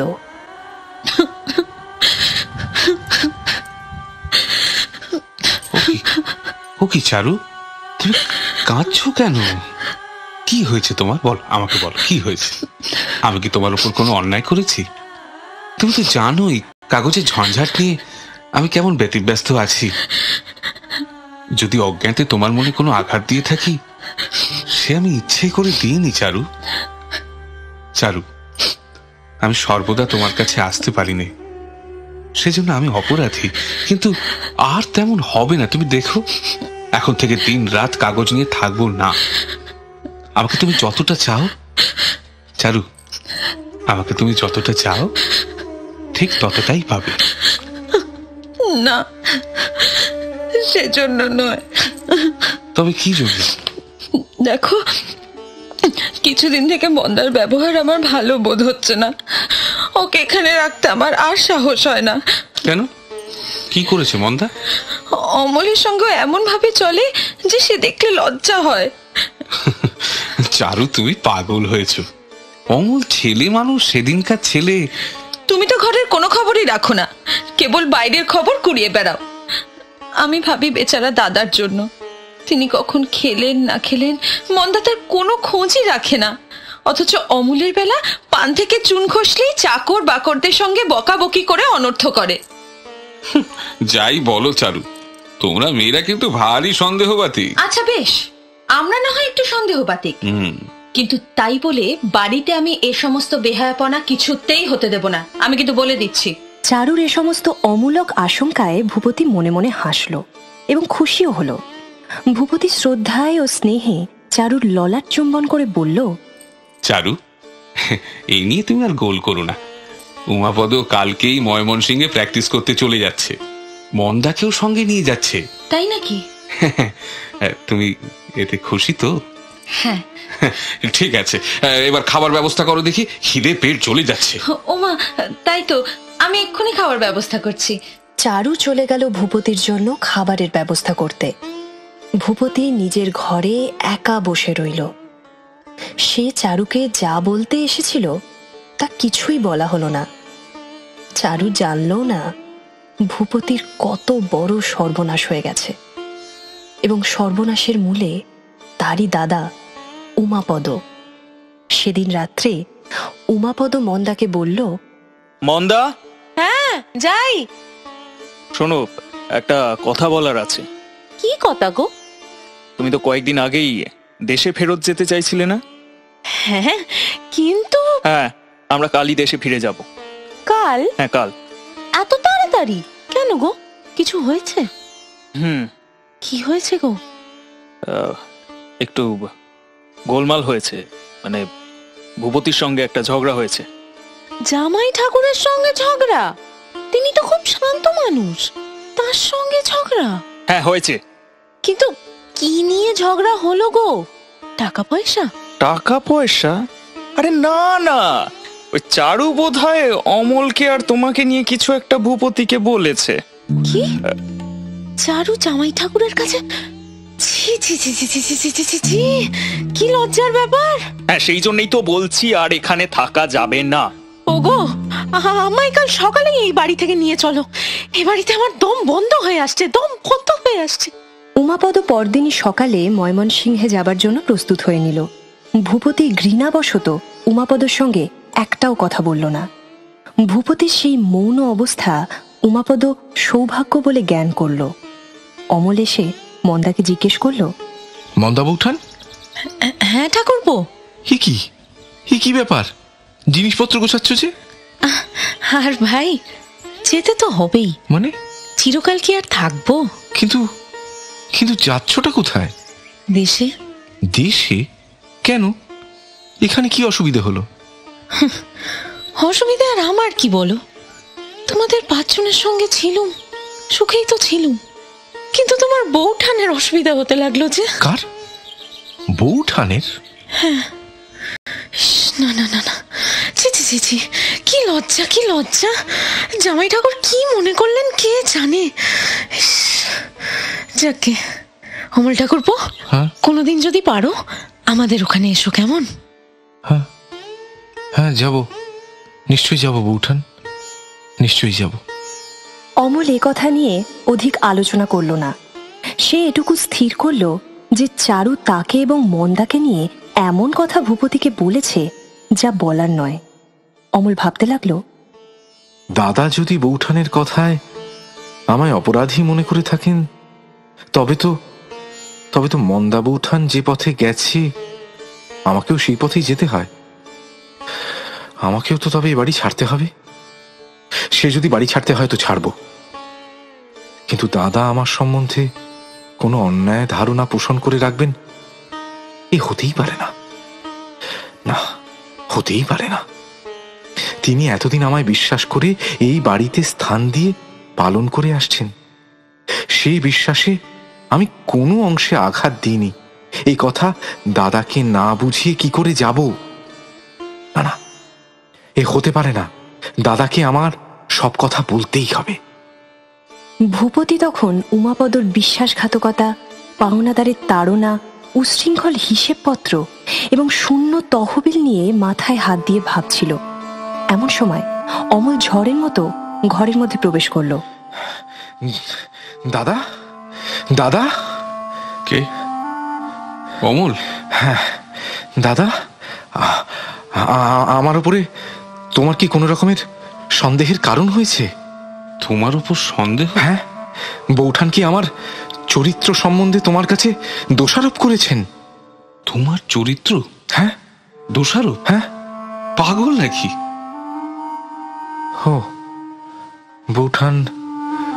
বৌঠান কিছু বলেননি? আরে আমি ভাবলুম কি না কি হয়েছে, ভয়ঙ্কর কিছু। কিন্তু দাদা, বৌঠান কি সত্যি কিছু বলেননি? অমল, বৌঠান তোমায় ভালোবাসেন। যদি তিনি কিছু বলেও থাকেন তাতে রাগ করার তো কোনো কারণ নেই। ও আচ্ছা, তা যাই হোক, আমার মনে হয় আমার এ বাড়িতে না থেকে কাজকর্মের চেষ্টায় অন্য কোথাও যাওয়া উচিত। অমল, তুমি যে কি ছেলে মানুষই করছো। না না দাদা, আমি চলে যাব। না, আমি আর এ বাড়িতে থাকবো না। এমন ভাবে ভেবো না। এখন পড়াশুনো করো, কাজকর্মের কথা পরে হবে। অমল বিমর্ষ মুখে চলে গেল। সে স্থির করল বৌঠানের সঙ্গে মোকাবিলা করতেই হবে। এই কথাটা শেষ না করে ছাড়বে না সে। ওদিকে চারুও সংকল্প করল যে অমলকে ডেকে সব মিটমাট করবে। এদিকে ভূপতি পাওনাদারদের তাগিদ থেকে মুক্তি লাভের জন্য তার পরম বন্ধু মতিলালের কাছে গিয়েছিল। মতিলালকে তার সংকটের সময় ভূপতি কয়েক হাজার টাকা ধার দিয়েছিল। সেদিন সে ওই টাকাটা চাইতে গিয়েছিল। আরে এসো এসো ভূপতি, আজকাল তো তোমার দেখা পাওয়ারই জো নেই। হ্যাঁ সত্যি, অনেকদিন পরে দেখা হচ্ছে। তা মতিলাল, আজ ভাই তোমার কাছে বড্ড দরকারি এসেছে। হ্যাঁ হ্যাঁ হ্যাঁ, বলো কিভাবে সাহায্য করব তোমায়। সেই হিন্দু স্কুলের 4th ক্লাস থেকে বন্ধুত্ব, তা তোমার দরকারে সাহায্য করব না তো কার দরকারে করব?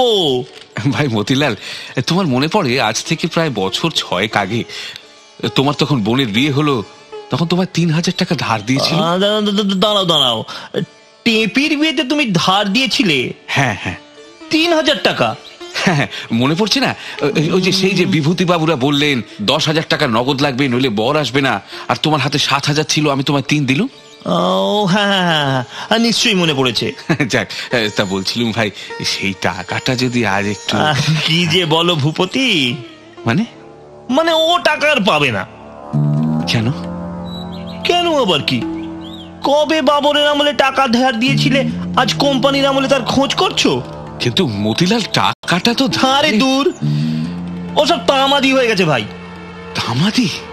তা ধার দিয়েছিলে যখন, তখন তারপরে টাকাটা চেয়ে নাওনি কেন? নিইনি কারণ ভেবেছিলাম পরে। আরে বাবু, পরে মানে কত পরে? না হে না, ও 3000 টাকা আমি তোমাকে দিতে পারবো না। পারবে না? না, ও টাকা তামাদি হয়ে গেছে ভাই। ভূপতির চোখের সামনে সমস্ত পৃথিবীর চেহারা বদল হয়ে গেল। সংসারের যে অংশ থেকে মুখোশ খসে পড়ল, সেদিকটা দেখে আতঙ্কে ভূপতির শরীর কণ্টকিত হয়ে উঠল। হঠাৎ বন্যা এলে ভীত ব্যক্তি উঁচু জমির দিকে যেমন ছুটে যায়, নির্মম বহিঃসংসার থেকে তেমনই বেগে অন্তঃপুরে প্রবেশ করল ভূপতি। মনে মনে সে ভাবল, আর যাই হোক, চারু তো আমায় বঞ্চনা করবে না। ভূপতি যখন ঘরে ঢুকলো, চারু তখন খাটে বসে লিখছিল। ভূপতিকে দেখে সে তার লেখাটা বালিশের তলে লুকোতে গেল। মনে যখন বেদনা থাকে, তখন অল্প আঘাতেই গুরুতর ব্যথা বোধ হয়। চারুর ব্যবহার ভূপতিকে প্রবল আঘাত করল। সে চুপ করে চারুর পাশে গিয়ে বসল। চারু কোনো কথা বলল না। সে তখন তার নিজের ব্যবহারেই অপ্রস্তুত। ফলে একঘর নৈঃশব্দের মধ্যে বসে রইল চারু এবং ভূপতি। যদিও ভূপতি তখনও জানে না যে তার অন্তঃপুরের নীড়টিও ধীরে ধীরে নষ্ট হতে চলেছে। পরদিন ভূপতি চারুকে বলল, চারু, অমলের একটা বেশ ভালো বিয়ের প্রস্তাব এসেছে জানো। চারু অন্যমনস্ক ছিল। সে জিজ্ঞেস করল, ভালো কি এসেছে? বিয়ের সম্বন্ধ। কেন, আমাকে কি আর পছন্দ হলো না? তোমাকে পছন্দ কিনা সে কথা এখনো অবশ্য অমলকে জিজ্ঞাসা করা হয়নি, কিন্তু ধরো যদি হয়েও থাকে, সেক্ষেত্রে আমার তো একটা ছোটখাটো দাবি আছে নাকি? সে আমি ফস করে ছাড়ছি না। কি যে বকছো তার কোনো ঠিক নেই। তুমি যে বললে তোমার বিয়ে সম্বন্ধ এসছে। আমার বিয়ের সম্বন্ধ এসছে? তুমি যে কি বলো না চারু, তাহলে কি ছুটে এসে তোমায় খবর দিতে আসতুম? বকশিস পাওয়ার তো আশা ছিল না। ও, অমলের সম্বন্ধ এসছে? হ্যাঁ। বেশ তো, তাহলে দেরি কেন? হ্যাঁ, বর্ধমানের উকিল রঘুনাথ বাবু তার মেয়ের সঙ্গে বিয়ে দিয়ে অমলকে বিলেতে পাঠাতে চান। বিলেত? হ্যাঁ, বিলেত। অমল বিলেত যাবে? হ্যাঁ। বেশ মজা তো। বেশ হয়েছে, ভালোই হয়েছে। তা তুমি তাকে একবার বলে দেখো। আমি বলবার আগে তুমি একবার তাকে ডেকে বুঝিয়ে বললে ভালো হয় না? আমি তো 3000 বার বলেছি, সে আমার কথা রাখে না। আমি তাকে বলতে পারবো না। তোমার কি মনে হয় সে করবে না? আগেও তো চেষ্টা করে দেখা গেছে, সে তো রাজি হয়নি। কিন্তু চারু, এবারের প্রস্তাবটা বোধহয় অমলের পক্ষে ছাড়া উচিত হবে না জানো। আমার তো অনেক দেনা হয়ে গেছে, অমলকে তো আর আমি সেরকম করে আশ্রয় দিতে পারবো না। তাহলে অমলকে ডেকেই জিজ্ঞেস করো তার কি মত। ভূপতি অমলকে ডেকে পাঠালো। অমল, বর্ধমানের উকিল রঘুনাথ বাবুর মেয়ের সঙ্গে তোমার বিয়ের প্রস্তাব এসেছে। তার ইচ্ছে বিয়ে দিয়ে তোমার বিলেত পাঠিয়ে দেবেন। তোমার কি মত? আমার আর কি মত দাদা, তোমার যদি এতে অনুমতি থাকে তবে আমার এতে কোনো অমত নেই। ভাই জুপিটার, এ তো দারুণ খবর। চারু, অমল বলছে কোনো অমত নেই? দাদার অনুমতি থাকলেই উনি মত দেবেন? কি আমার কথার বাধ্য ছোট ভাই? দাদার উপর এত ভক্তি এতদিন কোথায় ছিল ঠাকুরপো? দেখছো চারু, দেখছো অমল কেমন আমাদের দিকে তাকিয়ে মিটি মিটি হাসছে। হাসবে তো বটেই। ঠাকুরপো, এতদিন ভান করে থাকার কি দরকার ছিল যে তুমি বিয়ে করতে চাও না? পেটে খিদে আর মুখে লাজ। অমল তোমার খাতিরেই এতদিন খিদে চেপে রেখেছিল, পাছে কোণের কথা শুনলে তোমার হিংসে হয়। হিংসে? কখনো আমার হিংসা হয় না। ওরকম করে বলা তোমার ভারী অন্যায়। ওই দেখো, নিজের স্ত্রীর সঙ্গে ঠাট্টা করতে পারবো না? না, ওরকম ঠাট্টা আমার ভালো লাগে না। আচ্ছা আচ্ছা, বেশ কথা, গুরুতর অপরাধ করেছি, মাফ করো। যাই হোক অমল বাবু, বিয়ের প্রস্তাবটা তাহলে স্থির তো? হ্যাঁ দাদা। ঠাকুরপো, মেয়েটি ভালো কি মন্দ তাও বুঝি একবার দেখতে যাওয়ার তর সইল না? তোমার যে এমন দশা হয়ে এসেছে তা তো একটু আভাসেও প্রকাশ করনি। অমল, মেয়ে দেখতে যদি চাও তো তার বন্দোবস্ত করি। খবর পেয়েছি মেয়েটি সুন্দরী। না দাদা, থাক, তার আর এখন দরকার দেখিনি। হ্যাঁ গো, ওর কথা শোনো কেন? তা কি হয়? ও না দেখতে চায় না দেখুক, আমরা তো দেখে নেব। না দাদা, ওই নিয়ে মিথ্যে দেরি করার দরকার দেখিনি আর। কাজ নেই বাপু, দেরি হলে বুক ফেটে যাবে। ঠাকুরপো, তুমি টোপর মাথায় দিয়ে এক্ষুনি বেরিয়ে পড়ো। কি জানি তোমার 7 রাজার ধন মানিকটাকে যদি আর কেউ কেড়ে নিয়ে যায়। আহ চারু, তুমি দেখছি অমলকে লজ্জায় ফেলে দেবে। হ্যাঁ, বিলেত পালাবার জন্য তোমার মনটা বুঝি দৌড়চ্ছে? কেন গো, এখানে আমরা তোমাকে মারছিলাম না ধরছিলাম? হ্যাটকোট পরে সাহেব না সাজলে এখনকার ছেলেদের মন ওঠে না। ঠাকুরপো, বিলেত থেকে ফিরে এসে আমাদের মতো কালা আদমিদের চিনতে পারবে তো? কালো রূপ ভোলার জন্যই তো 7 সমুদ্র পেরোনো। তা ভয় কি চারু? কালোর ভক্তের অভাব হবে না। ভূপতি তখনই খুশি হয়ে বর্ধমানে চিঠি লিখে পাঠালো। অমলের বিয়ের দিন স্থির হয়ে গেল। ইতিমধ্যে কাগজখানা তুলে দিতে হলো। ভূপতি আর খরচ জুগিয়ে উঠতে পারল না। অন্যদিকে অমলের বিয়ে হয়ে যাবে এই চিন্তাটি চারুর মনকে অশান্ত করে তুলেছিল। সে ভাবছিল, কি আশ্চর্য, অমলের বিয়ে হবে সে তো খুব ভালো কথা, কিন্তু এতদিন পরে আমাদের ছেড়ে অন্যের ঘরে বিয়ে করে বিলেত চলে যাবে। এতে ঠাকুরপুর মনে একটুও দ্বিধা জন্মালো না? এতদিন ধরে আমরা তাকে এত যত্ন করে রাখলাম, আর যেই বিদায় নেবার একটুখানি ফাঁক পেল অমনি কোমর বেঁধে প্রস্তুত হলো, যেন সুযোগেরই অপেক্ষা করছিল। অথচ মুখে কতই মিষ্টি কথা, কতই ভালোবাসা। সত্যি বাপু, মানুষ চেনার জন্যেই। কে জানতো যে লোক এত লিখতে পারে তার হৃদয়ে কিছু নেই। ঠাকুরপো আজ বাদে কাল চলে যাবে, তবু তার এই কয়েকদিনে দেখাই নেই। আমাদের মধ্যে যে ঝগড়াঝাটি হয়েছে সেসব মিটিয়ে নেবার অবসরও তার হলো না। আমাদের অনেক ভাব, অনেক আড়ি, অনেক স্নেহের দৌরাত্ম্য। ঠাকুরপো কি সবকিছু ভুলে যাবে? সবকিছু ধুলোয় লুটিয়ে দিয়ে বহু দিনের জন্য বহু দূরে চলে যাবে।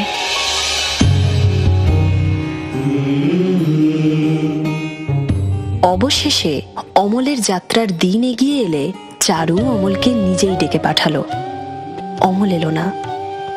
11টা বেজে গেল। ভূপতি এখনই খেতে আসবে, তার আগে যদি অমল আসে। কিন্তু না, অমল এলো না। এলো খোঁপা খুলে খানিকটা চুলের গুচ্ছ চারু দ্রুত বেগে আঙুলে জড়াতে ও খুলতে লাগলো। চারুর বুকের কাছ থেকে কি একটা ঠেলে তার কণ্ঠের কাছে উঠে আসতে লাগলো। ভূপতি ঢুকলো খাবার ঘরে, সঙ্গে ঢুকলো অমল। অমল জিজ্ঞেস করলো, বৌঠান, আমায় ডেকেছিলে? না, এখন আর দরকার নেই। তাহলে আমি যাই, আমার আবার অনেক গোছাবার আছে কিনা। যাও। অমল চারুর দিকে তাকালো। চারুর চোখে আগুন জ্বলছে। অমল চলে গেল। এরকম করে বিদায় কাল এলো। মেঘ পরিষ্কার হলো না। অমল যাবার আগে চারুকে বলল, বৌঠান, আমার যাবার সময় হয়েছে। তোমাকে একটাই অনুরোধ করছি, দাদাকে দেখো। তার বড় সংকটের অবস্থা, তুমি ছাড়া তার আর কেউ নেই। আমি চলি। অমল। কিছু বলবে বৌঠান? অমল, চিঠি লিখবে তো? এই কথার উত্তরে অমল কোনো কথা বলল না। সে চারুকে প্রণাম করতে গেল। চারু অমলের প্রণাম নিতে পারল না। সে দৌড়ে গিয়ে ঘরে ঢুকে তার শয়নকক্ষের দরজা সজোরে বন্ধ করে দিল।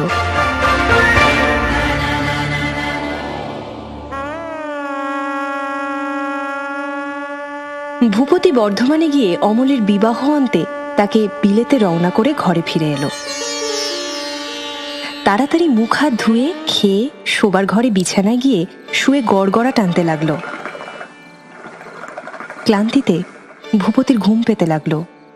অবশেষে চারু এলো। কি হলো চারু, আজ এত দেরি করলে যে? হ্যাঁ, আজ একটু দেরি হয়ে গেল। জানো চারু, অমলের বিয়েতে না। থাক, আজ শুনবো না। আচ্ছা চারু, তোমার শরীর ভালো আছে তো? হ্যাঁ, ভালোই। জানো চারু, পাত্রীটিকে না দেখতে বেশ। ও, আর আমাদের অমল যাবার সময় কি ছেলে মানুষটাই না করলো। কেন, কি করলো? ওই যখন গাড়িতে উঠিয়ে দিলুম সে সময় ছেলে মানুষের মতো কাঁদতে লাগলো। সে দেখে এই বুড়ো বয়সে আমি আর চোখের জল রাখতে পারলুম না। গাড়িতে দুজন সাহেব বসে পুরুষ মানুষের কান্না দেখে তাদের বোধহয় ভারী আমোদ হলো। বাতিটা নিভিয়ে দেবে? ভূপতি বাতি নিভিয়ে দিল এবং ক্রমে ঘুমের কোলে ঢলে পড়ল। অনেক রাত্রে কান্নার আওয়াজে ভূপতির ঘুম ভেঙে গেল।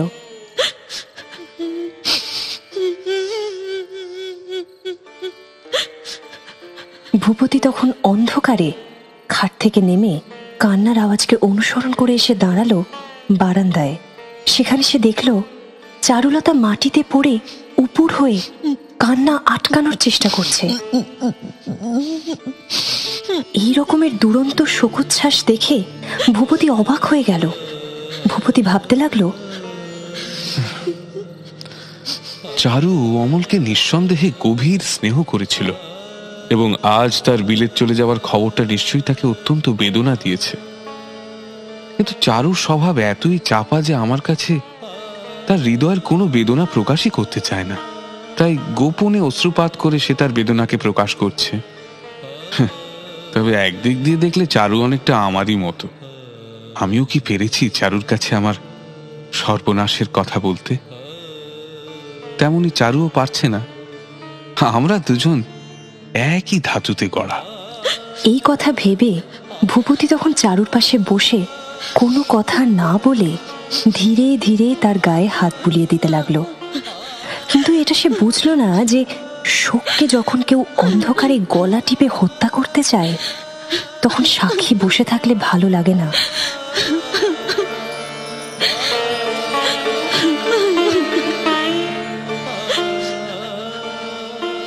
বর্ধমান থেকে অমলের বিয়ে দিয়ে ফিরে আসার পর ভূপতির হাতে অগাধ সময়। তার না রইল প্রুফ দেখার তারা, না রইল প্রবন্ধ লেখার ব্যস্ততা।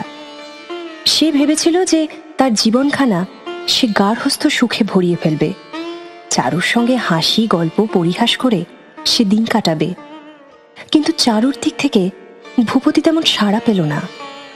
চারু সবসময় কেমন যেন মন মরা বিমর্ষ থাকে। ভূপতি এতে ক্ষুণ্ণ হয়ে ভাবল, আমি বড় নিরস লোক। চারুকে আমি কিছুতেই সুখী করতে পারছি না।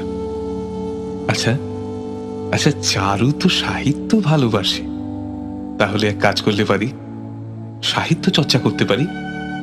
ইয়েস, একটু বঙ্কিম, একটু বাইরন, একটু টেনিসন এসব নিয়ে বসলেই হয়।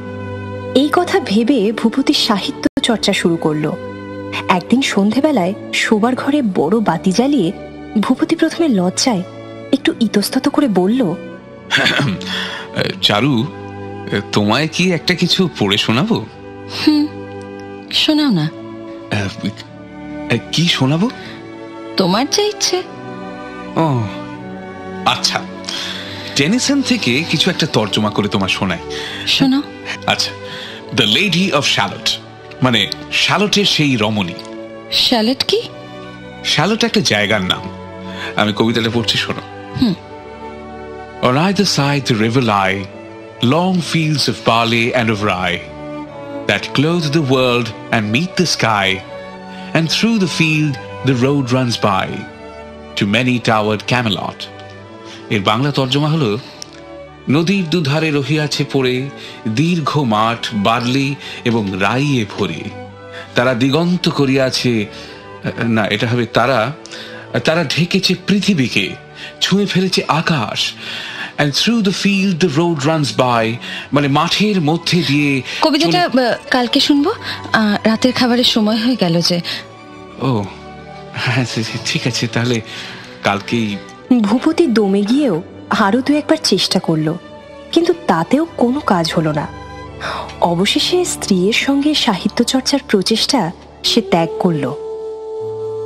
যেমন গুরুতর আঘাতে স্নায়ু অবশ হয়ে যায় এবং প্রথমেই বেদনা টের পাওয়া যায় না, তেমনি বিচ্ছেদের আরম্ভকালে অমলের অভাব চারু ভালো করে টের পায়নি।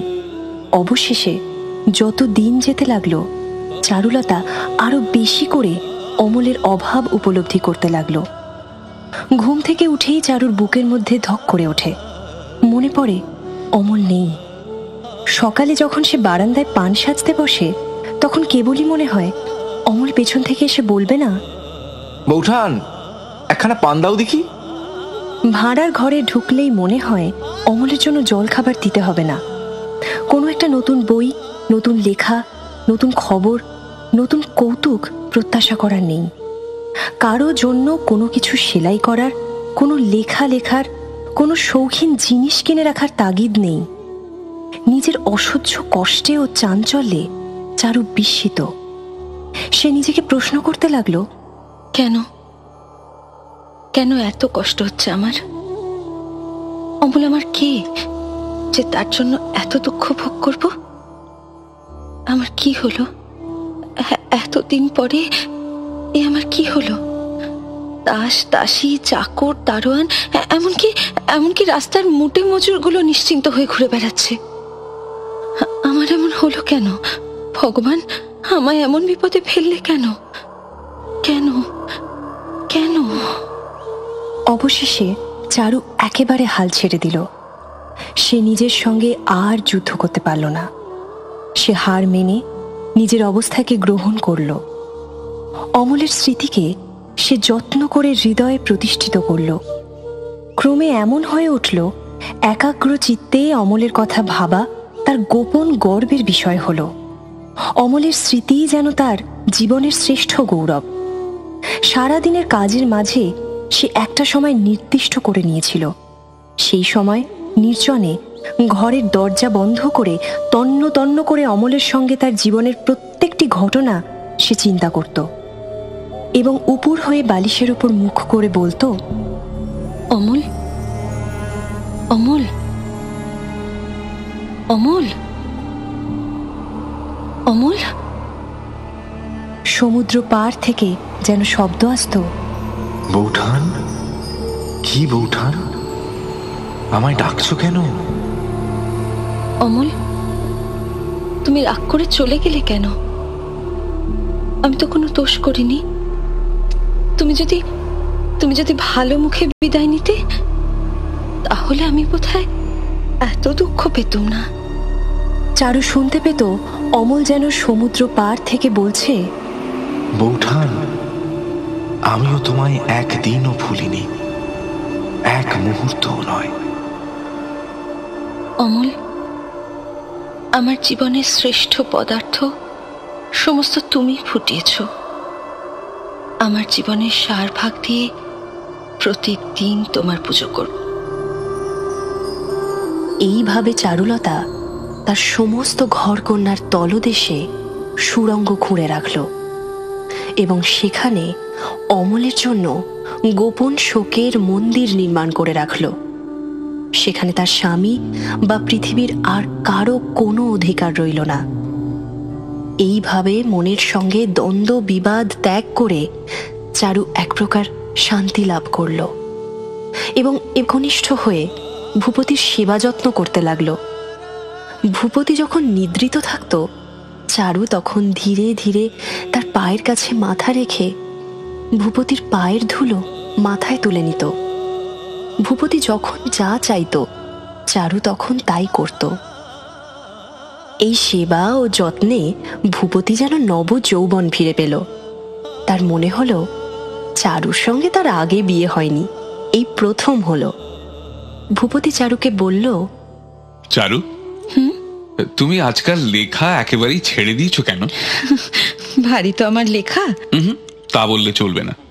তোমার মতো অমন বাংলা এখনকার লেখকদের মধ্যে আমি তো আর কারো দেখিনি। থামো তো। না, থামবো কেন? তোমায় আবার লিখতে হবে। কি হলো চারু, বলো বলো, লিখবে? বলো বলো। আচ্ছা আচ্ছা, সে দেখা যাবে ক্ষণ। ভূপতি মনে মনে ভাবল, না, আমি বুঝতে পারছি লেখার একজন সঙ্গী না থাকলে লেখা বেরোতে চায় না। আগে অমল চারুর সঙ্গী ছিল, তাইও লিখতে পারত।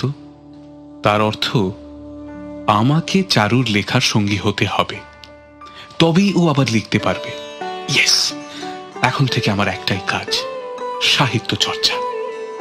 ভূপতি অত্যন্ত গোপনে খাতা নিয়ে লেখা অভ্যাস করতে আরম্ভ করল।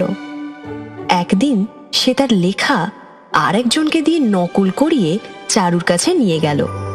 চারু, ও চারু। হ্যাঁ বলো। তোমাকে একটা জিনিস দেবার আছে। কি জিনিস? আসলে আমার এক বন্ধু নতুন লিখতে আরম্ভ করেছে। আমি তো লেখার কিছুই বুঝি নে, তুমি একবার পড়ে দেখো দেখি তোমার কেমন লাগে। বেশ। এই না তুই পড়ো। হ্যাঁ, আমি বরং একটু ঘুরে আসি। হ্যাঁ, ঘুরে এসে কিন্তু জিজ্ঞেস করবো তোমার কেমন লাগলো।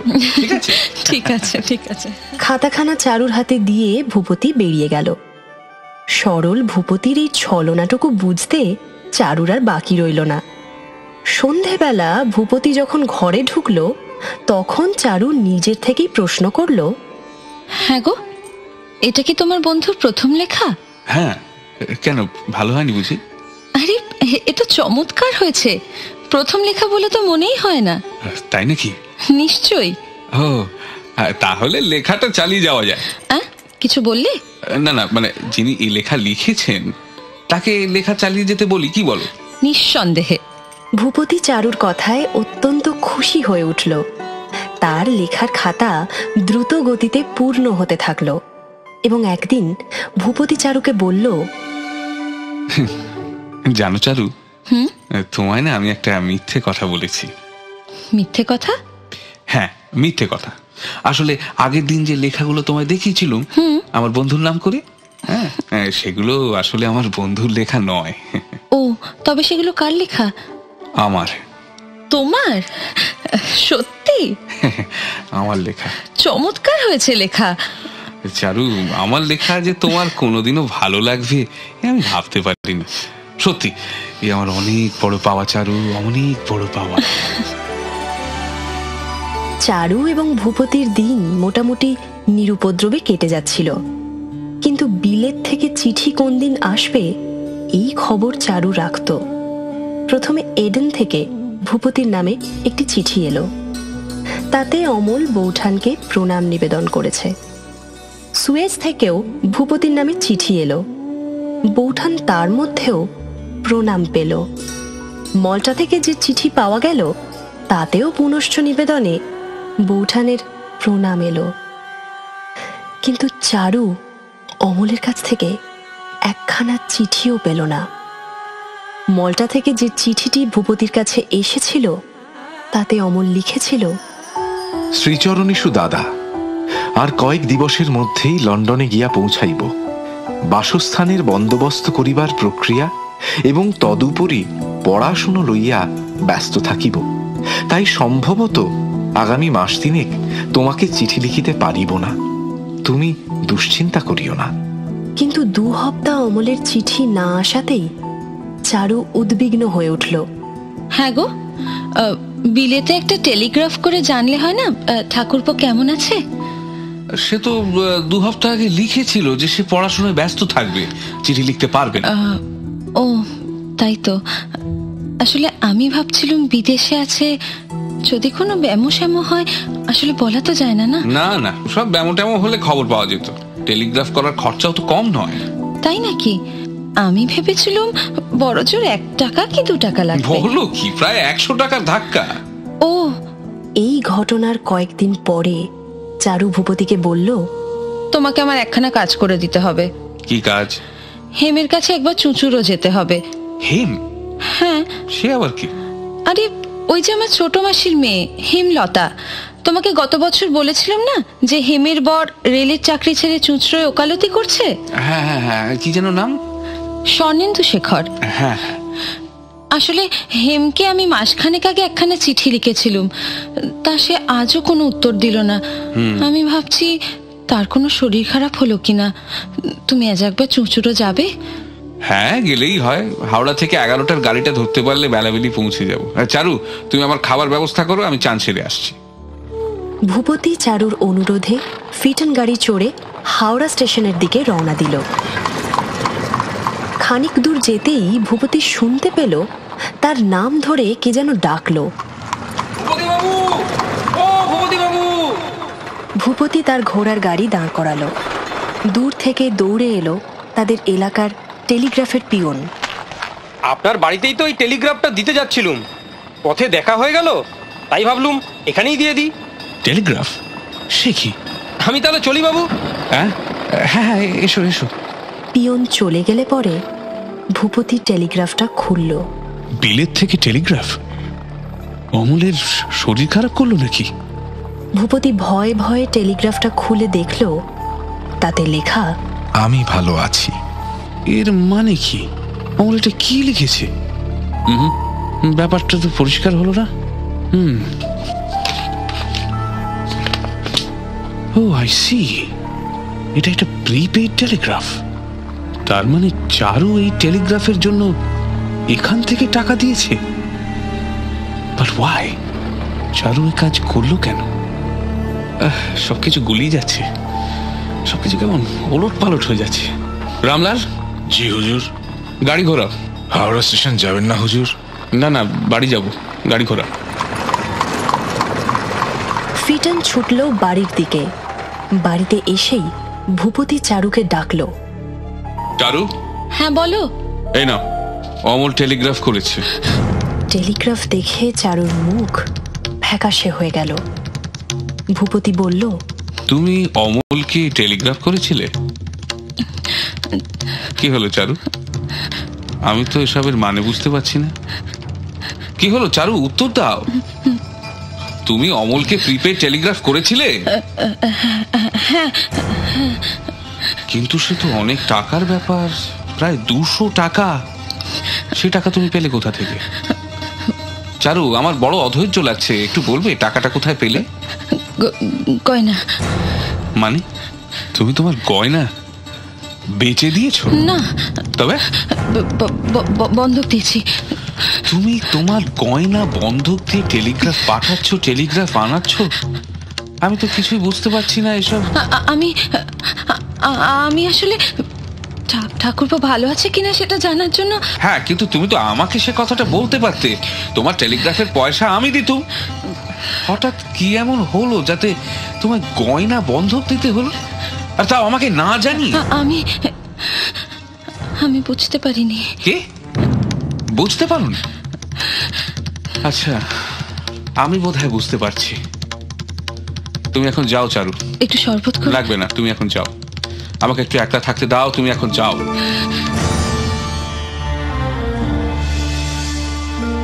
চারু চলে গেলে ভূপতি চুপ করে ভাবতে লাগলো।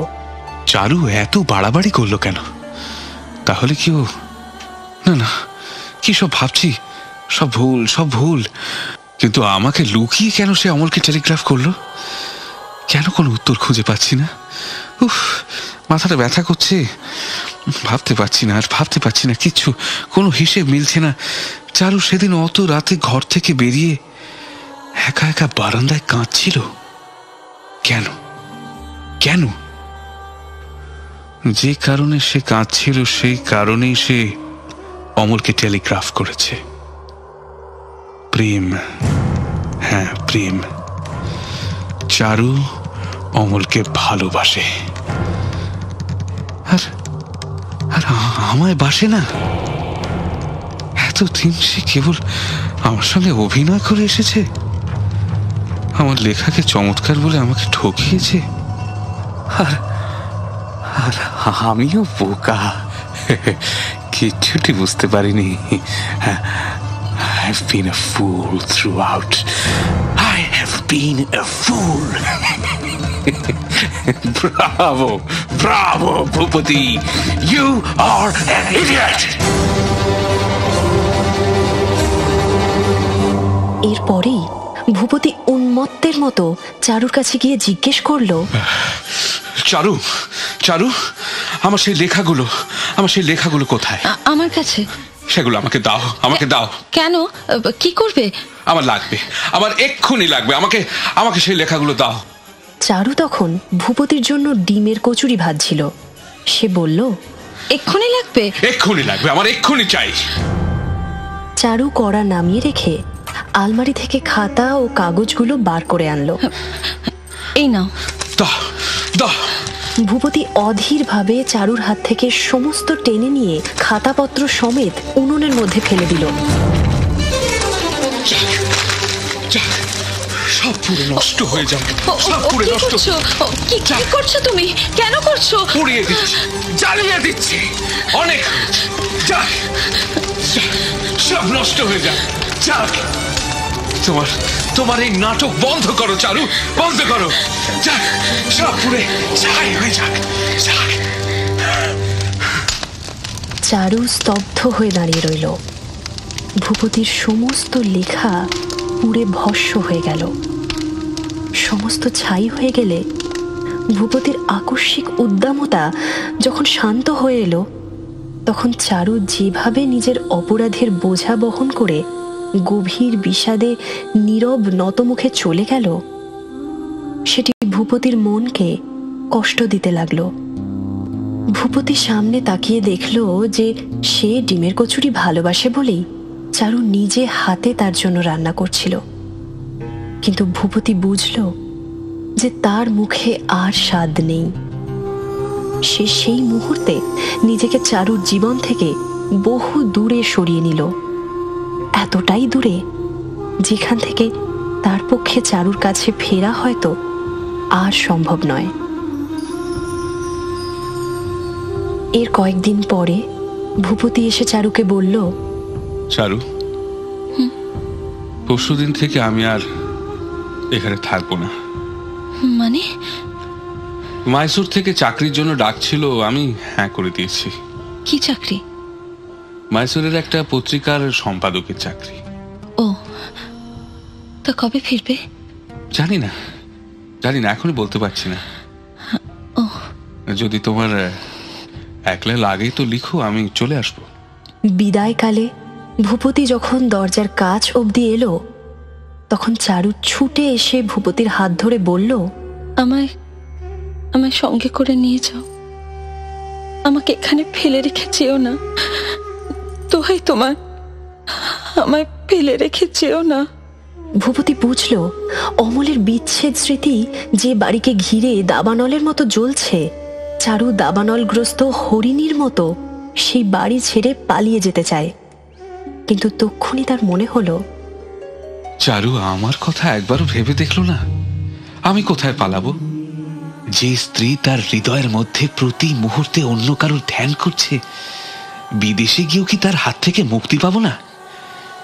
সেখানেও তাকে সঙ্গদান করতে হবে। উফ, কি বিভৎস এই যন্ত্রণা। ও না না না, চারুকে নিয়ে গেলে আমি মুক্তি পাবো না, ওকে আমি নিয়ে যেতে পারবো না, কিছুতেই নয়, ওকে আমি নিয়ে যাব না। ভূপতি চারুকে বলল, না চারু, তোমায় আমি সঙ্গে নিতে পারবো না। মুহূর্তের মধ্যে সমস্ত রক্ত নেমে গিয়ে চারুর মুখ কাগজের মতো সাদা হয়ে গেল।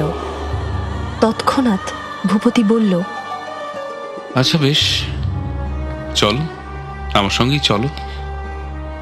চারু বলল, না, থাক। ভূপতি বেরিয়ে গেল। চারু ঝপ করে খাটের ওপর বসে পড়ল। ভূপতি বেরিয়ে তার ফিটন গাড়ির কোচওয়ানকে বলল, রামলাল। জি হুজুর। সোজা হাওড়া স্টেশন চলো। জি হুজুর। ঘোড়ার গাড়ি চলতে লাগলো। ভূপতি একবার মাথা তুলে তার বাড়িটার দিকে তাকালো। তাকিয়ে তার মনে হলো যে তার সুখের নীড় নষ্ট হয়ে গেছে, হয়তো সারা জীবনের জন্য।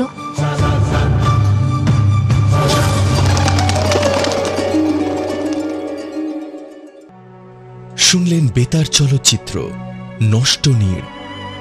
কথক আরজে ঝিলমিল, ভূপতি দেবার্য ব্যানার্জি, চারুলতা রুয়াম চ্যাটার্জি, অমল সৌভিক সরকার, উমাপদ আরজে অর্ণব, মন্দা বৌঠান আরজে টুস্কি, মাসিমা জয়তী ভট্টাচার্য, মতিলাল সৌধৃতি ভবানী, ত্রৈলোক্যবাবু অভিক দাস, উকিল ইন্দ্রজিৎ কুণ্ডু, খগেনবাবু আরজে অর, ব্রজ বঙ্কুবাবু, টেলিগ্রাফ হরকরা দেবব্রত সরকার, সঙ্গীত ও ধ্বনি বিন্যাস দেবার্য ব্যানার্জি, গিটারে অর্ণব রায়, তবলায় স্বর্ণেন্দু শেখর সাহা, কণ্ঠসঙ্গীতে বিশ্বজিৎ দাশগুপ্ত ও সমবেত শিল্পীরা, রেকর্ডিং ও সম্পাদনা